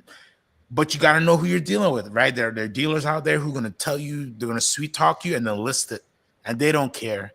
You know what I mean? So you got to deal with people who you really, and that's why the prices are high, because like very few people are willing to sell, and the people who are selling, they want all the money, as they should, because the risk that you're taking when selling your Le Mans, if I'm an AD, every time I see you, I want to see that Le Mans. When I see you out and about, what's going on with the Le Mans, you know what I mean? It's like that. I'm really watching you, especially in 2025. I'm kind of watching you. So yeah, but it really depends the client. I would always suggest, in a situation like that, take the lower deal if it's somebody you can get it out. Consignment, consignment is consignment. It can be very, very good, but for sensitive pieces, I wouldn't suggest consignment, because often when you're doing consignment, you're pricing it higher, so it's going to sit on the market longer. So that's just more opportunity for people to be like, whose Le Mans is that? Like you don't want that. Yeah, unnecessary eyeballs. Exactly. Boris in the chat has a good point. I wanted you guys to weigh in on this. He says the turquoise Daytona, that's the one on the screen right now, turquoise blue, would look better. He would prefer it, the look on, if it were a full gold bracelet. Now, I understand that it's typically 10 grand cheaper, not on the full gold bracelet. So like, it's easier for us to say, oh, well, I like it this way. But if this didn't have the black ceramic bezel, it had a yellow gold bezel and a full yellow gold bracelet, do you think it looked more cohesive and a little bit better? I don't know. I think it'd be too much personally. That would just be. It would be a baller. It'd be a baller piece. Full gold, like you wouldn't be able to wear it as much for sure. I agree with Baba. Yeah. It'd be like, it'd be great, but like every time you go to wear it, it'd be like, oh, not today. I don't want to deal with it. Exactly. Yeah. Yep. I mean, there's something to be said for the subdials matching the bezel. That's good. It adds, but I'd like to see both. I'd like to see a mock-up of full gold. I might like that one better. White gold would be good too. Ooh. Yeah, white gold would be. I was about to say fire, but I don't use that kind of lingo. Fire, fuego. I think if I was somebody who had a bracelet lying around, I would swap it every once in a while for sure. Here's the Green Lantern. The green looks very milky and pale here because it's ceramic. Looks like the ceramic bezel. And here we've got the display for the 1908 in white and steel with the white gold bezel. No, not 1908. Whatever. The fun whatever. We already forgot about the 1908. Yeah. So, yep. And then here we have it in Rose gold. platinum again. Rose gold, right? Is that rose gold? Rose gold, yeah, Yeah. Rose gold. Rose. It's hard to tell. Yeah. Yeah, hard to tell. The lighting again sucks there. Oh, And- whoa. Oh, so baby. it's the same blue as last time. Okay. So this is I didn't even think about these as a trio, but the way they're displaying them makes sense. Yes. Yeah, so good. Holy shit. That green dial, let me tell you. I know. Let me tell you right now. It looks mint, like a mint green almost to me. Again, that could be With the the lighting. light. The light, the blue for sure is gonna be a deeper blue. You could just tell, but with how the reflections are, the lighting in these cases are just like horrible. It's really like maybe they do it purposely, but for pictures and videos, it's very hard, even with a very, very good camera, because it's just weird lighting. Wow, what a trio this is. Yeah, for me, I know it's not the most popular pick, but the blue one out of these three is my favorite. I'd agree with you there, Baba. Because the green is so nice, but again, like we were just talking with the last piece, you put this the bracelet. It speaks before you enter the room. Your watch is in the room, but it's still like it's pretty baller. But the blue you wear, like the blue I could wear as my only watch every day. Not even think about it. I would travel with it. I wouldn't even. I'm only worrying about nicking up the bezel. You know, that's my only care about. That is myself. You know. Exactly. The way they present these is a way that I didn't even think about. Maybe because I haven't gone through the Rolex experience on the website. And maybe these are packaged this way, but look at how it's like. Listen, we have rose gold with a brown dial, we have white gold with a blue dial, and we have yellow gold with a green dial. It's like this is the new trio of awesomeness for 2025. Mm-hmm. And all three are awesome. Mm-hmm. Yeah, these are wins. They did a really good job this year. It's hard to pick. You have these, and then you have meteorite, 3 meteorites. What is someone to do? That's the thing. This is probably the hardest year if you're somebody with a good Rolex relationship. I don't know what I put the call in for. Yeah. You know what I mean? We have these, the 3 meteorites, and then the turquoise blue. We have 7 hot new models. Wow. I wouldn't know what to do. I'd be very confused. Because the thing with the turquoise, first of all, you can't ask for the Le Mans. That's a gift. Either you're going to get a call for that or not. So you don't even think about that. The turquoise. You've already talked about the Le Mans already with your AD. Yeah, exactly. You already like, hey, listen, it's about to come out, blah, blah, blah. You're right. So like, then it's like, okay, let's go for the Tiffany. But then that's the one everybody else is going to be putting their name for. So then you're jockeying. So then it's like, oh, well, do I do the John Mayer? But then we're like, where this John Mayer? But then the chocolate looks so good. Like, really, I could probably tell my AD, spin the wheel for me, bro. And this is an important topic because it hits home with many collectors who, over the past 6 months or a year, have been very selective about what they've requested. They've maybe spent the last 4 or 5 years on a hoarding. Binging and hoarding on Rolex and getting anything that they could possibly want. And maybe they have an incredible collection and they say, you know what, I don't really need anything from them, but they have that one piece that they've requested. And now you're faced with the dilemma that the position in which you never want to be, which is, okay, now what to do? Yeah. Do I switch my potential allocation from what I requested before? Or how will that look? And will it actually work? And so there are a lot of us in that situation. Yeah, they kind of turn the tables on everybody, huh? Yeah. Very smart. The trickiest part of this whole thing is the white gold blue and this yellow gold green and the chocolate. Those 3 are probably the most available out of all of them. Yep. The turquoise Tiffany is going to be really tough. And I think the meteorite are going to be rare, so they're going to be really tough. So really, it's these 3. If you definitely want a Daytona, you should probably sure. look at these three, because I just don't. I put in for this and the two meteorites, but the chance of getting any of the three might be slim, and I'm missing out on one of those other three. You know what I mean? Yeah, but you're setting the scones. You're doing the right things. You know, you do it no, the right but for me, I had. Okay, I'll just say this about the yellow gold. I had the John Mayer. It's tough to wear. It's tough to wear because it's like you need, unless you're a person that wears a lot of gold, or in a place like Miami or whatever, you're wearing a black t-shirt. You're wearing, it's not like a great like matching a dress shirt or whatever. It's like a short sleeve weather type of deal, and it's not a great travel watch. Obviously attracts a lot of attention. So the wearability of that versus a meteorite Oyster Flex, or this, even the Tiffany Oyster Flex, is a little bit less. So that's why I went towards the meteorite, because I think I need it to be super wearable to even get it on the wrist at this point. I agree. Yeah, Boston, you're at a level where it makes sense to do that. But I think you're right. These, if this were, hold on. Oops, sorry.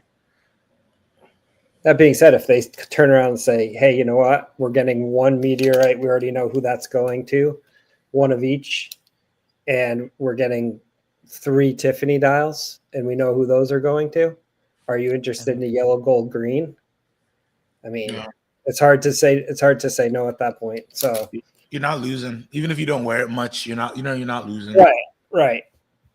But I'd rather probably shoot for the other models that will be more wearable. Of course, that you actually wear. Yeah, I think the blue and the brown are likely to be at retail plus tax plus 10%. Yeah, I think so. The problem with the chocolate, that other ones out there, so it's gonna be, they're gonna fight each other. Same with the blue. I thought it'd be a different shade of blue, so they're gonna be fighting each other on the market all day.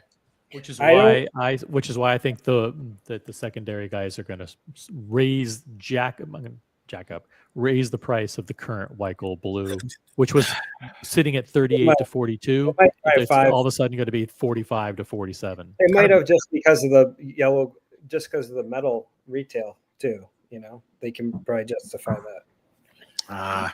See, that's the thing, is like by doing that's where they get to raise it, is because of the retail price. Because I couldn't just see like somebody calling me up and me being like, hey, the prices are up because of the new one. But I could lean back on like, hey, new retail prices up, the cost of acquisition up, blah blah blah blah blah. So that's the excuse they'll use. Yeah, to drive the prices up. They're available, but you just spin it like, you know what? Hey, these are super hard to get all of a sudden, and now everybody wants one. Which is true. And the buy price will stay the same. Oh, of course. Hey, it'll be a little bit wider gap there. Yeah, it'll bounce for a little bit, but I think it'll reach out. At the line, you're like, well, I know this is a new white gold blue dial, but you know we have a lot of the older ones, and they're soft on the market, so we can't give you that much for this. Yeah. And then the other side will be like, why is this $5,000 more? Well, it's a brand new, unworn. It just came out. You know what I mean? Or the retail price went up, so that's why it's more. You know, it's just going to be like a margin play. Yeah, it's tough, man. I hate that this is where the game is now, because people are just getting squeezed every side of the coin, and like the marketplace of dealers are just so. It's weird right now, right? Because all those new dealers came in, jacked up all the prices of everything, and now we're just in a weird world where like consumers don't know what's a good price, and where you can get away with just being the first to just jack the price up, somebody will pay for it. So like there's no, there's no reason to not just jack up the price at the moment, unfortunately. Thank you, Andy Lewis, for your generous contribution to the OC Pastry Fund, $10 super chat. Thank you so much. It'll come in handy. I will need to present donuts, pastries, Everything. scones, Some everything pastries. under the sun. Yeah, thank you. Some good coffee too. Get some like what is it? The One Source. Get some good organic One Source coffee beans. We should do that. Like when we get to like 10,000 subscribers, you should just pick an AD I don't need. a month. I don't need more. Listen, I believe in quality over quantity. I have way too many subscribers as it is. So like the reality is like there's maybe two or 300 people that come here on a regular basis. I have 800 subs, and I've already been named, thank you to YouTube Analytics, the #1 live stream channel on YouTube for subscriber engagement. Thank you, and that's because of you guys. Because you'll get the highest percentage of subscribers participate in viewing and commenting on the live streams. There are channels that have 200,000 subs that can barely get 150 people watching their live streams. You know that? Yeah, it's very interesting, the numbers of certain, yeah. You guys know what it's like. By the way, shout out to Audemars Piguet. Overnight, they dropped these new midnight blue or dark blue or navy blue or whatever you want to call it, ceramic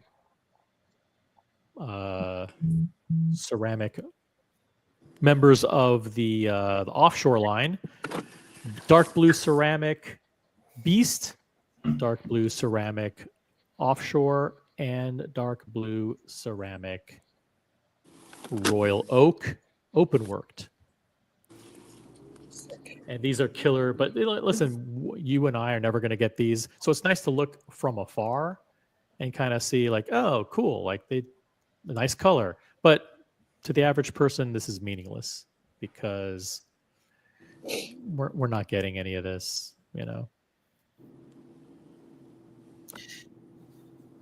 But the chances of getting a blue ceramic something at some point of this color is possible. Right? Like, oh no, is it really? I mean, this one's probably this one is attainable. Yeah, this is possible. Right. With hard work. Hard work and lots of pastries. I'm telling you, some quality pay. I'm just thinking, if I was an AD, and every once in a while I'm getting, over $10,000 on pastries, so, and macaroons. Like you're a big believer in macaroons, right? Okay. I had to buy a whole pastry shop. Just that's the game right there. Now I know. Now my goals have been reset. Well, as a matter of fact, what we will do is we will enter into, with Ryan Singer's help, we will get the franchise rights for Paris Baguette for the locations directly next to every Patek Philippe and Rolex AD. Okay, so literally right next door to every Rolex AD, we'll have a pastry shop, and the synergy will be off the charts. You can't even walk into Rolex without stopping first at the pastry shop. Of course. You laugh, but that would be the guaranteed way to make sure you have like any watch you wanted. Just feed them. Give them good coffee. $1 coffee. Give them $1 coffee. They're calling you today like, hey, what you need, OC? Did you see the releases? Did you put your stuff in yet, or did you already text Nick? Suggesting that we feed them. Real quick, Buckley's just jumping in, so I want to give him a chance to comment. I don't know if you've seen the stream or you can see the stream now, but we have some videos that we put up on the new Daytonas and the new land dwellers, things like that. I'm struggling. The wind is bad, huh? No, he's not. That's not why he's struggling. There's 7 new models of Daytonas, and they're all good. No. I am struggling because I agree with Austin here. These are tough to wear. It's tough. I don't know. This is tough. I don't like. Is this part of a subterfuge campaign to discourage people from contacting their ADs? I'm confused. No, I think they're beautiful. No, I think it's a matter of how often you wear them. Yeah, I mean, it's like if you get any of these watches, your AD is doing you an 18-month favor minimum. you're taking yourself out of the game for 18 months unless you hop on another grenade, right? And none of us plan on hopping on a grenade, so we have to be super careful. Super careful. And it's like you better know what you're picking, especially if you're throwing out 2 or 3 of them. I'm in the position where I want to complete my Daytona journey, right? I'm waiting for a Panda because you have to get one to complete everything. I don't know how I feel about it, but the only one they released that would compete with the Panda as far as wearability is the white gold blue. No, the You know? meteorite oyster No, flex. I mean I like it, but after like 3 days of wearing that on Oyster Flex, are you going to look at your dial and go, "What am I, a fucking child?"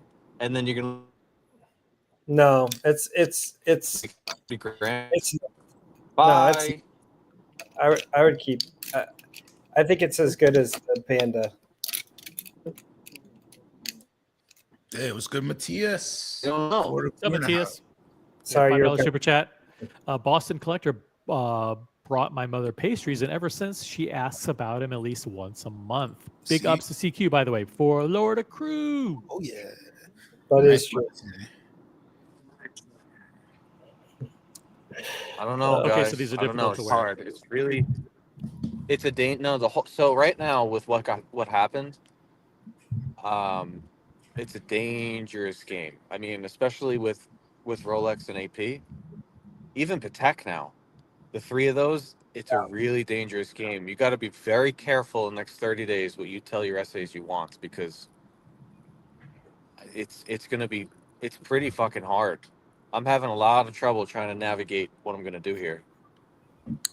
Well, throw out a scenario and explain what's so hard about it. Let's say you really like the yellow gold green. You asked for a steel Daytona. If I get the yellow, if I was able to get the yellow gold green through Bucher, I'm shutting myself down for 2 years, and I'm tying up 50,000. And after a week, hopefully, I don't get sick of that watch. There's no going back. This isn't like steel GMTs. This isn't steel subs, right? This is stuff that they're going to track, and they're going to it's going to be a knife fight. And if you get that phone call, I mean, these might as well be off catalog. You realize the whole world who graduated from Rolex and moved into the Holy Trinity because they were bored is now going into Rolex, and they're not only going into Rolex, they're coming in with a list, and these people have 2, 3, 500K purchase history. So if you overcome those people to get these watches, any of them, you got to understand you're shutting yourself down for a long time. You better know what you're doing. Yeah, but if you change your request to one of these pieces, like a meteorite Daytona, and you get it, isn't it because you're prepared to spend $50,000 on the watch and you want it, and you're gonna either stash it away as a safe queen, or you're gonna wear it and love it? So like it's the idea of tying it up. I can understand. You know the consequences going in. You should be able to be prepared to tie up 50 grand. Otherwise, you shouldn't buy it. Well, it's so if you're only playing in the Rolex game, that's easy. If you have other brands you're working with, like, you know, right now my only 2 watches that I'm waiting for is a 42 Blue Aquanaut and a Panda Daytona. Is it worth adjusting those watches and changing them to these? The Aquanaut, no. There's nothing that protected that interests me whatsoever. So no. The Panda Daytona, it's like, all right, pull yourself from there, and you get the white gold meteorite.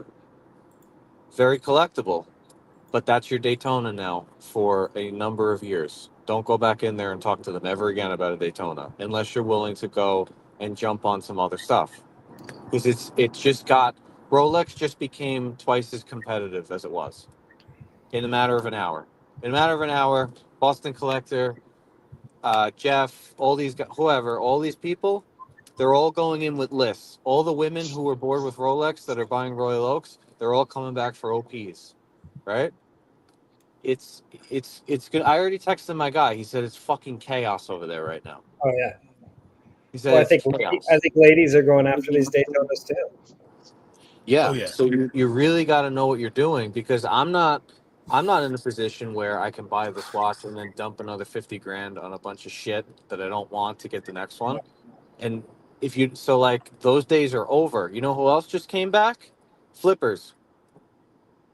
Yeah, I was just thinking that in my head is like this actually just put gasoline back because all those guys with the big spends, Yeah. this is the reason they needed to call Rolex again. So like even I'm thinking in my head, all my guys that I know who have big spends who haven't they haven't bought Rolex in a year or two, I'm like, damn, I should text them to be like, hey, just pick up something. Just say you want a Daytona, it doesn't matter which one. Just so yes, you're right. Unfortunately, this will pour some gasoline on. So now I don't know what the prices will be for everything. Now I don't know. You gotta think really strategically, especially if you're not working with an unlimited budget. You have to understand that the free lease to buy program that was available from 2018 to 2023 is no longer there. But the journey, flipping market, competitive nature of getting the really hard stuff is now 3 times as hard as it was yesterday. Yeah, for sure. And you got to be really, really fucking careful with what you say to your essays. Yeah, I'll say this too, where you really have to be careful is like that white gold blue dial that is already available in the market. We could see some further softening in the secondhand market, and the gap between that at new and the secondary, like if you're not willing to buy that on the secondary price, like you really shouldn't be messing with that on the primary. That's a good point. Like if this is available all day long, the previous model at 40,000, all day long in mint condition, what's going to make someone want to pay 50 plus tax? Well, I can understand there are a lot of people who are like, shit, I really wanted the blue one. They don't buy shit from gray. Yeah, that's they only buy from the AD. They're willing to pay full price. And I guess I don't see the issue. Yeah, it's not a big difference in price. It's the same as a day date right now. Just think of it like a day date, though. Don't think of it like this. No. It's not the same, because this might be 50 grand primary, but on the secondary it's 45. It's not a huge difference. You're getting it from Rolex. Size, though. It is a different size. This is a bit slightly bigger. It's different size. You're getting it from Rolex, and you're also throwing down on 50K in your history. There's a lot. That's worth the $5,000 premium. But even so, it's not like you can just walk in and buy. This is going to be hard to get. That white gold blue is going to be really hard to get. That's the point. The point, Buckley, is that people are coming back into the game, and they're going to be buying. They're going to be buying Datejusts and two-tone Datejusts and Oyster Perpetuals and a lot of things in order to get this one. That's not going to trade for that much more above retail. It's going to be 10% plus MSRP plus tax. So, that doesn't matter. People are delusional. They're going to want it. They're going to think these are incredible hype pieces. So they're going to get back in thinking they're going to make a payday, and it's going to be a rude awakening. No, you might make a payday, but you will never get another Rolex again, because you won't. It's the market is too tight for you to be. How big of a payday are you going to get on the brown dial or the blue dial? I can imagine on the green. The first 3 months, probably like 20, 25 grand. How is the gap going to be that big? If you pay that watch. Hold on a second. Hold on. Let's do some math. You pay 55. Let's say you pay 50. You're in a no tax state. Let's be generous. You pay 50. You're saying you can get 20? I think you're going to be able to get 75, and I think they're going to sell it for about 90 for the first 2-3 months. No. Yeah. Not these. Yeah. Not these three. Meteorite. Yellow green will be way higher. That yellow gold green that you're looking at right there will be on David SW for 130 to 140 grand on one. All day. And he'll sell it. Yeah. Yeah. That blue dial, that white gold blue dial, would probably be 75,000 unworn. Yeah. The In problem the with previous iteration, though, it dumped pretty bad. I mean, it was not a good seller the first time around. Yeah, but that's because it got that, drowned out by all the hype. exactly. And it's actually still above retail because the old price of that watch was 38,000. They're still going for 45. You'll lose a little bit of tax, right? You'll lose maybe 10%, but that's nothing in watches. You're still fine. You don't understand. Everybody who was bored of Rolex is now back. Yeah. Oh yeah. So you have to think that is. I mean, in our community alone, that's a lot of people. I mean, as of what's today, Tuesday?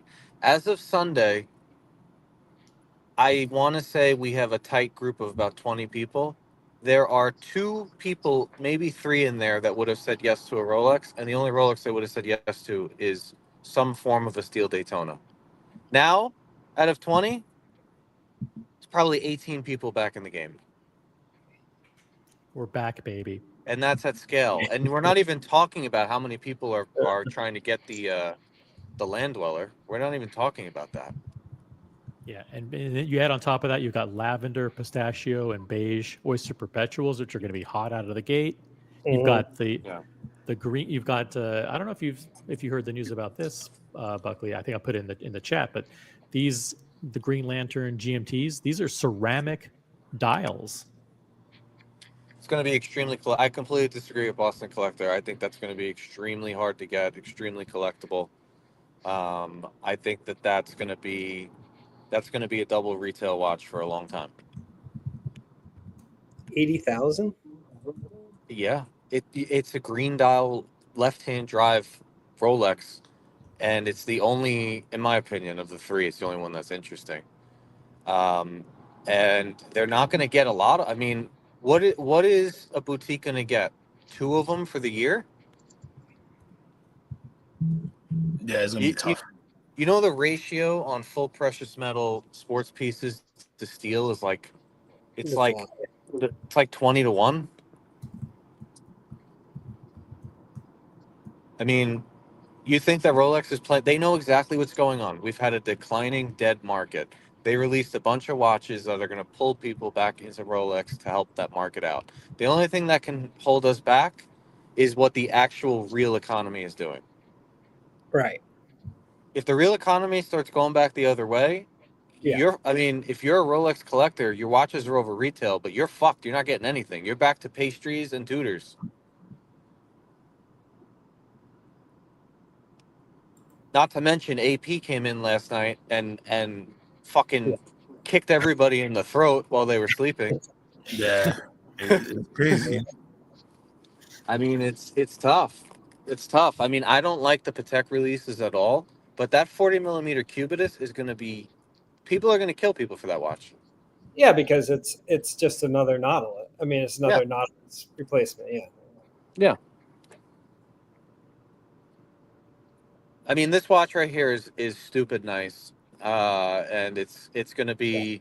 Well, what would you say? $2 million history to get that? Which one? This one's probably less. I think the Beast is going to be tough, and this open work obviously is really tough. So I figure a few million in history to get the Navy ceramic open work. Yeah, the Beast might be 1 million. No, get the fuck out of here! You're out of your mind. The Navy one. It's the brand new. No. I think you can get the black one. No. I think the Navy one will be like a 4th watch in someone's journey. Don't fourth watch. Don't underestimate getting the first of this new color. Yeah, there's a little bit of that, but that's a gigantic watch that like. I'm just saying at first. I just think at first that watch is going to be very, very difficult. Very difficult. This watch is laughable. It's so nice, but it's laughable because none of us will ever see one. What about this one, Buckley? I have mixed feelings about this one. I mean, I like it, but I also think that the one that's currently out with the bright blue bezel, I think there's benefits of that one too. I think the brighter blue kind of makes a bigger statement, and it's not just because MJ has it and other people I know But have it. that's It's not just the that. point of this watch. All right, tell me. This is like, so I'm struggling with this watch because as far as a daily wear, Yeah, this is. I have to see this navy. This is a perfect offshore if the navy is right. Yeah. I mean, this is the type of offshore that would even get me to go back there and talk to them. Yeah, this is pretty fire. I might get I would this. no offense to MJ, and the MJ blue one is more collectible looking, but as far as a daily wearable offshore, like this destroys that watch. I'm sorry. Sorry, but he's like, you guys are at a different level. You're collecting double-digit 5-figure watches. That's, if you're looking to enter the brand and say, listen, I want something that's very wearable until my Royal Oak arrives. I mean, this is pretty fucking great. Now, if they try to pull a fast one and say, no, this is for someone who has 4 or 5 watches, then we're back to square one where AP can go fuck itself. Yeah, the thing is, at 43,000, this is a pretty nice pickup. Yeah. That being said, I feel like I'm in contention for the blue Aquanaut. I would not get rid of the blue Aquanaut to have this watch. It's still the better watch. I agree there. Which chrono or the 300? No, the regular time, even the chrono, but really the time only. It's a thinner watch. It's precious metal. The strap is, I think, more comfortable. It's long term. Long term, it's a more timeless design. This is fantastic, but it's still number 2. Mm-hmm. This is a good warm weather watch. I think it's. No, I think this is all year. It's navy. Navy is like maybe the best color ever created, and you could do this anywhere on the globe. 12 months a year, you could wear this watch, and in the summer you get a white strap for it. Forget it. Yeah. Or gray, or the gray that MJ got for his would look really nice with this too. Yeah, I mean you could. Yeah. I think even the light gray standard rubber they do that comes on the titanium. The only thing that's bad about this watch is it's steel. It's not titanium. You guys keep saying titanium. It's steel. Isn't it? No, it's steel. Okay. So the weight factor on the 43 offshores is definitely a little bit of an issue.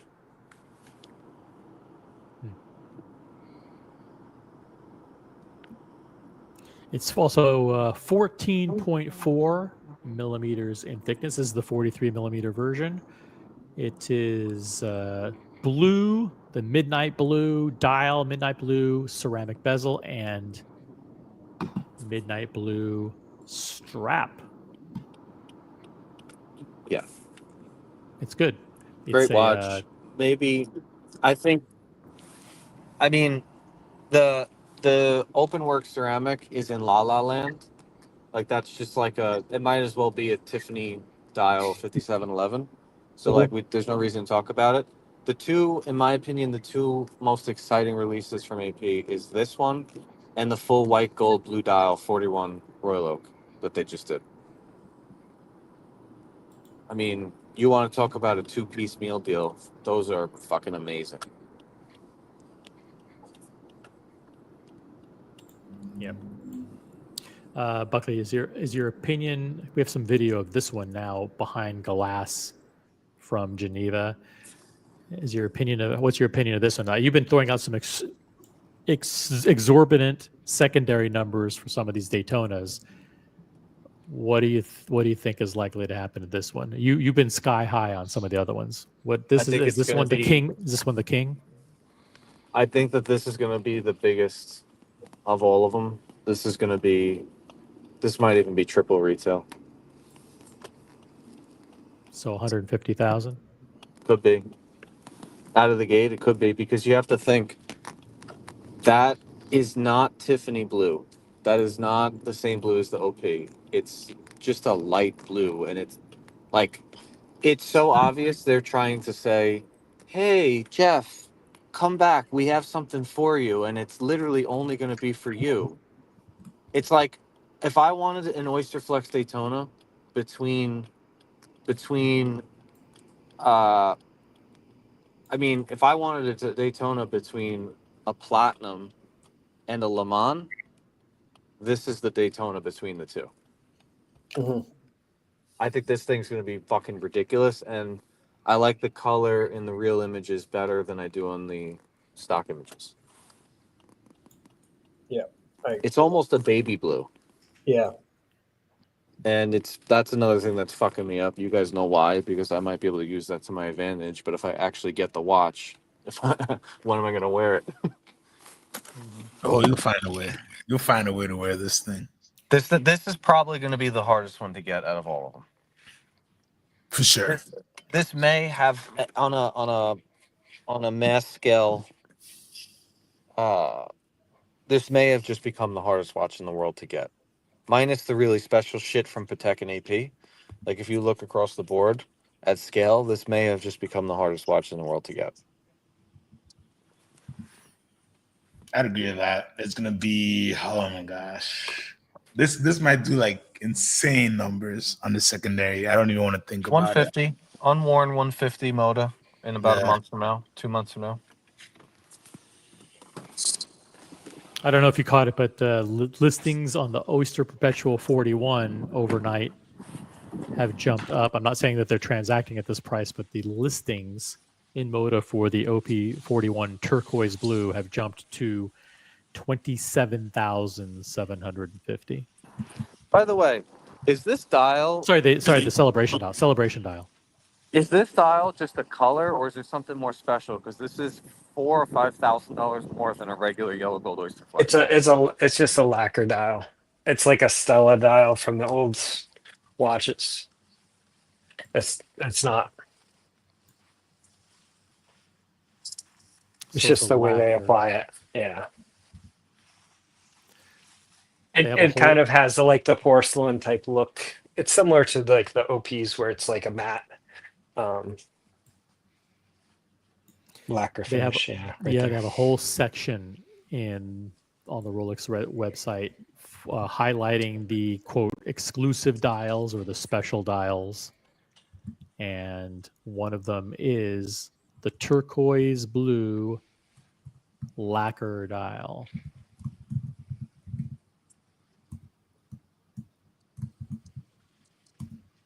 Let's see if there's any details here. Cosmograph Daytona is presented with a turquoise blue lacquer dial with bright black counters. The intensity of the colors, the exquisite 18-karat gold yellow case, 18-karat yellow gold case, and the technical sophistication of the Oyster Flex bracelet and the black Sarachrome bezel with tachymetric scale combined to create contrasts of astonishing originality. So it's a lacquer dial. Which means they paint some clear coat over it, right? Yeah. And then the one that we have to try and memorize is the Tiger Eye, which is a combination of the Tiger Iron, which is a combination of Tiger's Eye, red jasper, and hermaphrodite. No, hermaphrodite. Yes. Guys, it's hey, they're appealing to everybody here with this model. It's Tiger's Eye, red jasper, and hermaphrodite.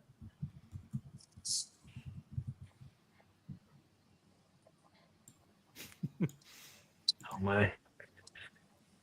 Let's take a look at this one up close. Boom. It ain't discreet.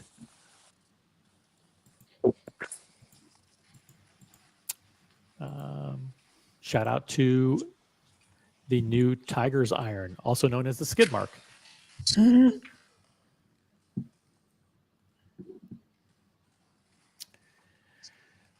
What else? And then we have the green. We have the green, the new green Sky Dweller. Yep, that's nice. Yep, and then you have what is even highlighted here is the green ceramic dial, the new green ceramic dial on the Green Lantern GMT. I like that. Oh, see, I zoned out for a second. Did you read the super chat from John D? Shout out to John D. Really appreciate the super chat. I feel like Rolex stepped out from behind their curtain of boring with new colors, new bracelets, new movements, and a new model. Stepped over Tudor's edgy offerings to show some flair for style. Thank you, John D. Any comments on that? I agree that, listen, Rolex just crushed it. Absolutely crushed it. Now, Tudor did okay. Tudor did okay if you're a Tudor fan, particularly if you're a fan of the Rolex Explorer 2, because they basically came out with an exact carbon copy of it, which we will not show again. But John D, thank you. John D's an amazing supporter of this channel and a great friend. He's here in the New York area, and Buckley and I are always meeting up with John D, and he's an absolute pleasure to hang out with. And a real, actually, he's more of a real collector than probably any of us on the panel. He's actual enthusiast that buys all kinds of stuff and showed up with a Cartier that looked like a Rolex Prince. It had two different dials on it, one at the top and one at the bottom. You know, so he loves Breguet, he loves Reversos. He's an actual watch guy, unlike me. You know. Russell says, I'm afraid I don't see the demand going anything other than just a Watches and Wonders bounce. The market is dead for the foreseeable future with prices still at historically inflated level. You couldn't pay me to have that. D? Huh. Which D? Yeah, which D? You gotta be so you know the crowd here, Russell. You gotta specify. You can't leave things to the mind in this. You gotta be a little bit more explicit. Reading between the lines, what he's saying is he's very disappointed in Patek, and he wishes that they had done a little bit more to stay up with Rolex and AP. Go back. I agree. I agree, Russell. Austin, you got things to bake. I 100% agree, Russell. Thank you. I there's no crystal ball, but there's still very wealthy people who are still buying watches. I think the market is dependent on the brand, man. I think other brands will slip. I think you're going to see, if you're not in the top echelon, you're going to see them keep slipping into the abyss price-wise. But things like Rolex, like this will reignite the Daytona market a little bit, which was kind of getting quiet. But this is going to hum up some stuff. With Patek, they've still been doing strong. Pateks on the straps are selling. They're not selling at crazy prices, but historically, they never did sell at crazy prices over retail. But, people are buying the watches. So I think for the top brands, they're not worried about much, even if, God forbid, there's a real huge economic situation. I think top brands are still going to find their customers. I think it's the Tudors, it's the Zeniths, it's all those other, the Glashutes, the Gerard Perregaux. All these guys really have to worry about what's going on and why would I buy any with the Land Rover out right now? You got to beat that. Not excuse me, the land the land dweller. Yep. Yep. By the way, Russell is a mega collector, mega Patek Philippe collector. You can tell by his avatar. That's a watch that he actually owns, and he has an amazing collection. One of these days, he'll hopefully pop on and share a little bit more. I think this is a piece that he actually has in his collection. I'm not sure. I think so, but I don't want to make him feel uncomfortable, because something like this is like a grail that most people will never even see in person ever in their life. But this is an example of the kind of stuff that it's a 5-1 78G, and this is some kind of like minute repeater or something. Now, And it goes ding ding ding ding ding ding and whatever. It's like, what that, and it's in white gold and it's super cool. And they aren't cheap. So like he puts his money where his mouth is. I'm not going to say how much it cost, but he's definitely a fantastic supporter of the watch community and all these streams. And I thank him for always sharing his insights in the chat on this channel. Very much appreciated. Back to this 42,900 for the Royal Oak Offshore in navy blue. Navy blue is just easier for me to say, so I'll just say it that way. Yeah, I like this for Buckley a lot, but Buckley, he has particular taste. He likes the green and he likes blue, and so like this looks a lot like an the same Aquanaut blue that he's already requested. I mean, not exactly, but it's basically the same thing. A whitish metal case and a blue rubber strap and a blue dial. So like I can understand he's going through it's tough making choices. It's great to be a collector and to be very discerning and selective about what you want and what you're willing to plunk your hard-earned money down for. It's good to have some type of discipline, right? You got to have some type of discipline, some type of strategy in how you collect.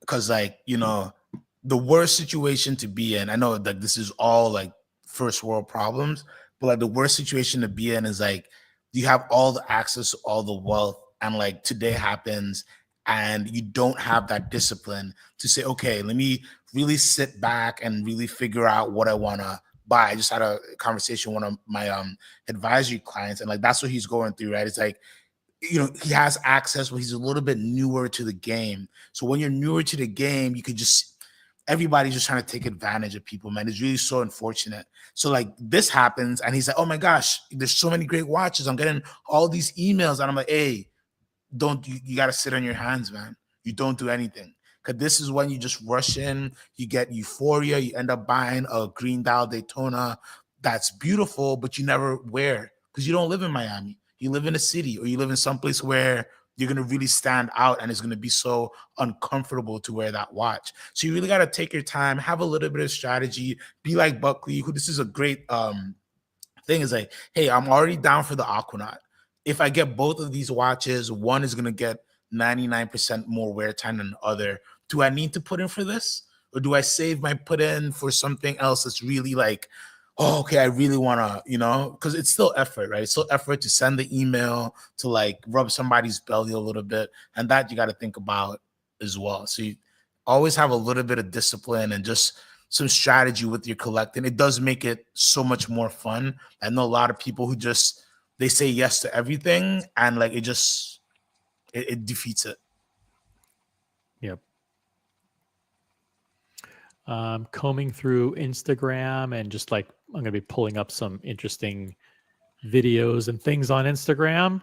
So why don't we start off with holy shit, some interesting stuff here. Let's go to hold on.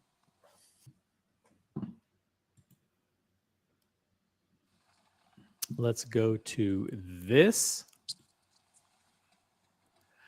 Courtesy of, let me just pull up some random Instagrams. If you see something on Instagram you think is interesting, type it in the chat. Maybe I'll pull it up. This is courtesy of Insane Luxury Life in collaboration with Watch Analytics. And here we are seeing what they're describing as blue sapphire, the new blue sapphire Daytona. And it doesn't really say what the kind of dial is. It just says black dial, but we know that that's something other than just plain black. And here's the trio of the new off-catalog models. Blue sapphire, white is in white gold, they say. And okay, nice. There's also the yellow gold, the Everose gold Le Mans, And then we have what they're calling Eye of the Tiger. Eye of the Tiger in rose gold on Oyster Flex. Shout out now to Britt Pierce. Britt Pierce is sharing what she thinks is one of her favorites from Watches and Wonders, and that is the rose gold, the new rose gold. IWC introduced 4 new ingénieurs in different sizes and different materials, and this one is the rose gold ingénieur. They also introduced black ceramic, by the way. And courtesy of AP, boom. Here's the beast in navy blue. Check it out. And here's the offshore. Looking good. And also courtesy of, let's see what else here courtesy of Audemars Club, we've got the trio of the new models here. Double balance wheel open worked, 88,000 Swiss francs, not bad. We have the Beast in navy blue, 75,700 Swiss francs, and the most affordable of the trio, the offshore chronograph at 37,300. In the US, that's 47,000. Retail prices are too damn high. Retail prices are high. All right. Listen, we've done 4 hours here on the channel. I want to thank everybody for upvoting, everybody for super chatting, supporting the channel, everybody for upgrading their memberships. So now I will say, last chance to ask any questions, last chance to either hop on the panel and change the topic or cover anything that you want to cover. I know we have nearly 100 people watching. Make sure you're subscribed. Make sure you have all the notifications, notifications set to all. Does anybody have anything else they want to cover? I want to see what you think about this Atlas. I want to send it to you in the chat. Have you seen it or no? I don't think you've seen it. I don't even want to know what it is. Chances are, if I know what it is, I won't pull it up. So, all right, I'm very, very picky, but for you, I'll pull it up. Yeah, but guys, if you have something on Instagram you want me to pull up, feel free to do it. Okay. Oh, this is an actual watch brand. Yeah, this is Atlas. So Yeah. Atlas is the sister brand of Moser. So the Milan family actually bought Atlas before they bought Moser. And they've been trying to figure out what to do with Atlas. Yeah, and they didn't go bankrupt? Well, no, because they got Moser, right? So like Moser became the cash cow. And like, so now you have Atlas, and it's like, okay, let's figure out what to do with Atlas. That's a remake of a watch. There was like a you can still find there was like a old Transformer quartz watch, right? Yeah, exactly. It looks like a little toy watch, and it transforms. Yeah, and it's yeah. So we got a titanium one with a tourbillon, and so unnecessary. Yeah, that's why I love it, because this is truly like, there are like some unnecessary watches out there, but this is truly like unnecessary and fun, and like just having jokes, and like they probably don't even care if they sell any. You know what I mean? It's one of those watches. Yeah. One thing, if we're gonna go down this rabbit hole of novelties, Rolex did release a new Submariner desk clock, which is actually a Submariner, but a bigger size. Mm-hmm. And they're about the same price as a real Submariner, but it's a desk clock, and I think it's, hold on, I'll get the millimeters on it. Is it quartz? Probably is, right? Yeah. Is there an actual link to it? What is this fucking bullshit you're showing? Yeah, I'll get it off. Don't So worry. Outland, so Outland. Fucking CQ, So what? man. This is what happens when you give me the mic, baby. Shit, CQ can't be trusted. What is this shit? I was like, oh, there's some silence. Here I come. Jeez. We'll never give CQ the keys again. You should know better. You should know better. By the way, there's some cool shorts on the Rolex website. I'm gonna pull up some shorts. Hold on a second. Rolex Content-wise, shorts? they've been killing it. Let's do this. Speaking of bullshit, did you pull up the Ulysse Nardine Air yet? Nope, not gonna do it. Oh. Nice try. Wait, what is it called? The Ulysse Nardine what? It's a new drop. It's called Air. It's the world's lightest mechanical dive watch. No, not gonna do it. Let's go through some of these shorts on the Rolex website of these new models. Oh my god. Yeah, don't yeah.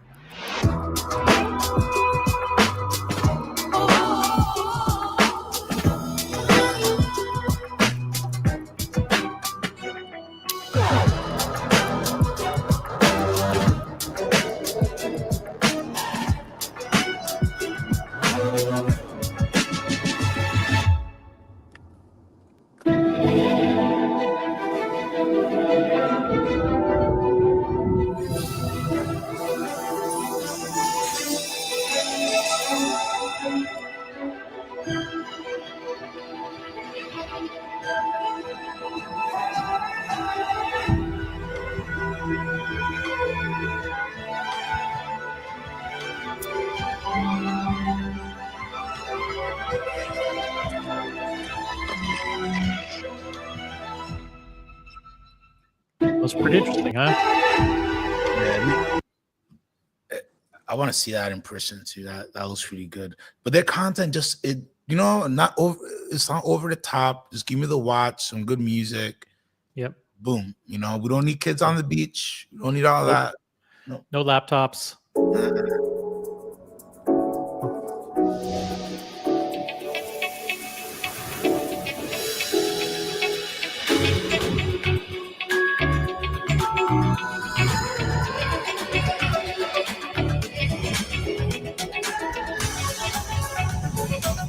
These are so good.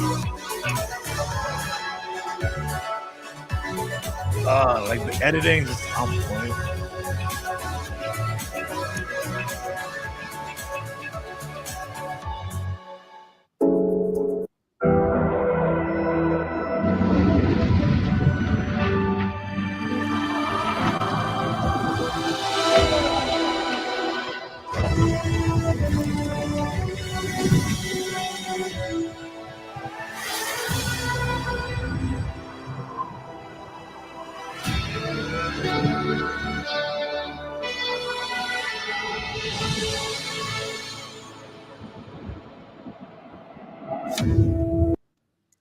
Nice.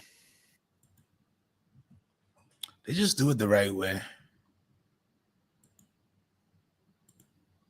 It's really amazing how some companies they can get the marketing right, and then Rolex comes in and they don't even do anything crazy. You know what I mean? Like even like the stuff with the celebrities, they're just showing them in the wild. They're not doing anything like, there's no big DJ thing. Just like this is what we do. We do it effortlessly. I want all these Daytonas. I want every last one. like for real. Like this could be the year. Like if there was a year that you want to go back and collect all the Daytonas from a specific year, the 2025 Daytona class is that class, I think. Well, I think I want to thank everybody for jumping on. Boston Collector, Buckley Baba, CQ, whoever else may have jumped on. And what we'll do is, listen, after 4 hours, hit the upvote button, like the live stream, make sure you're subscribed, enable all notifications.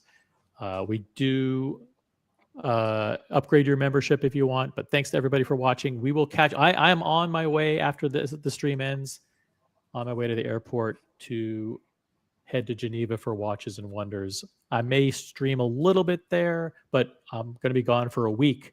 So wish me the best, and I'll try to bring you guys some live coverage while I'm there. But thanks to everyone for your support. Looking forward to having so much fun meeting up with everybody there. And with that, I say thank you for tuning in and enjoy the rest of your day. I'm going to leave you with a reminder of why Rolex is the absolute best in the world. One of my favorite videos of 2025. Peace out, everybody. Have a great, great day. Deuces. Safe travels, OC. Thanks, OC. Yeah, Thanks, safe everybody. travels.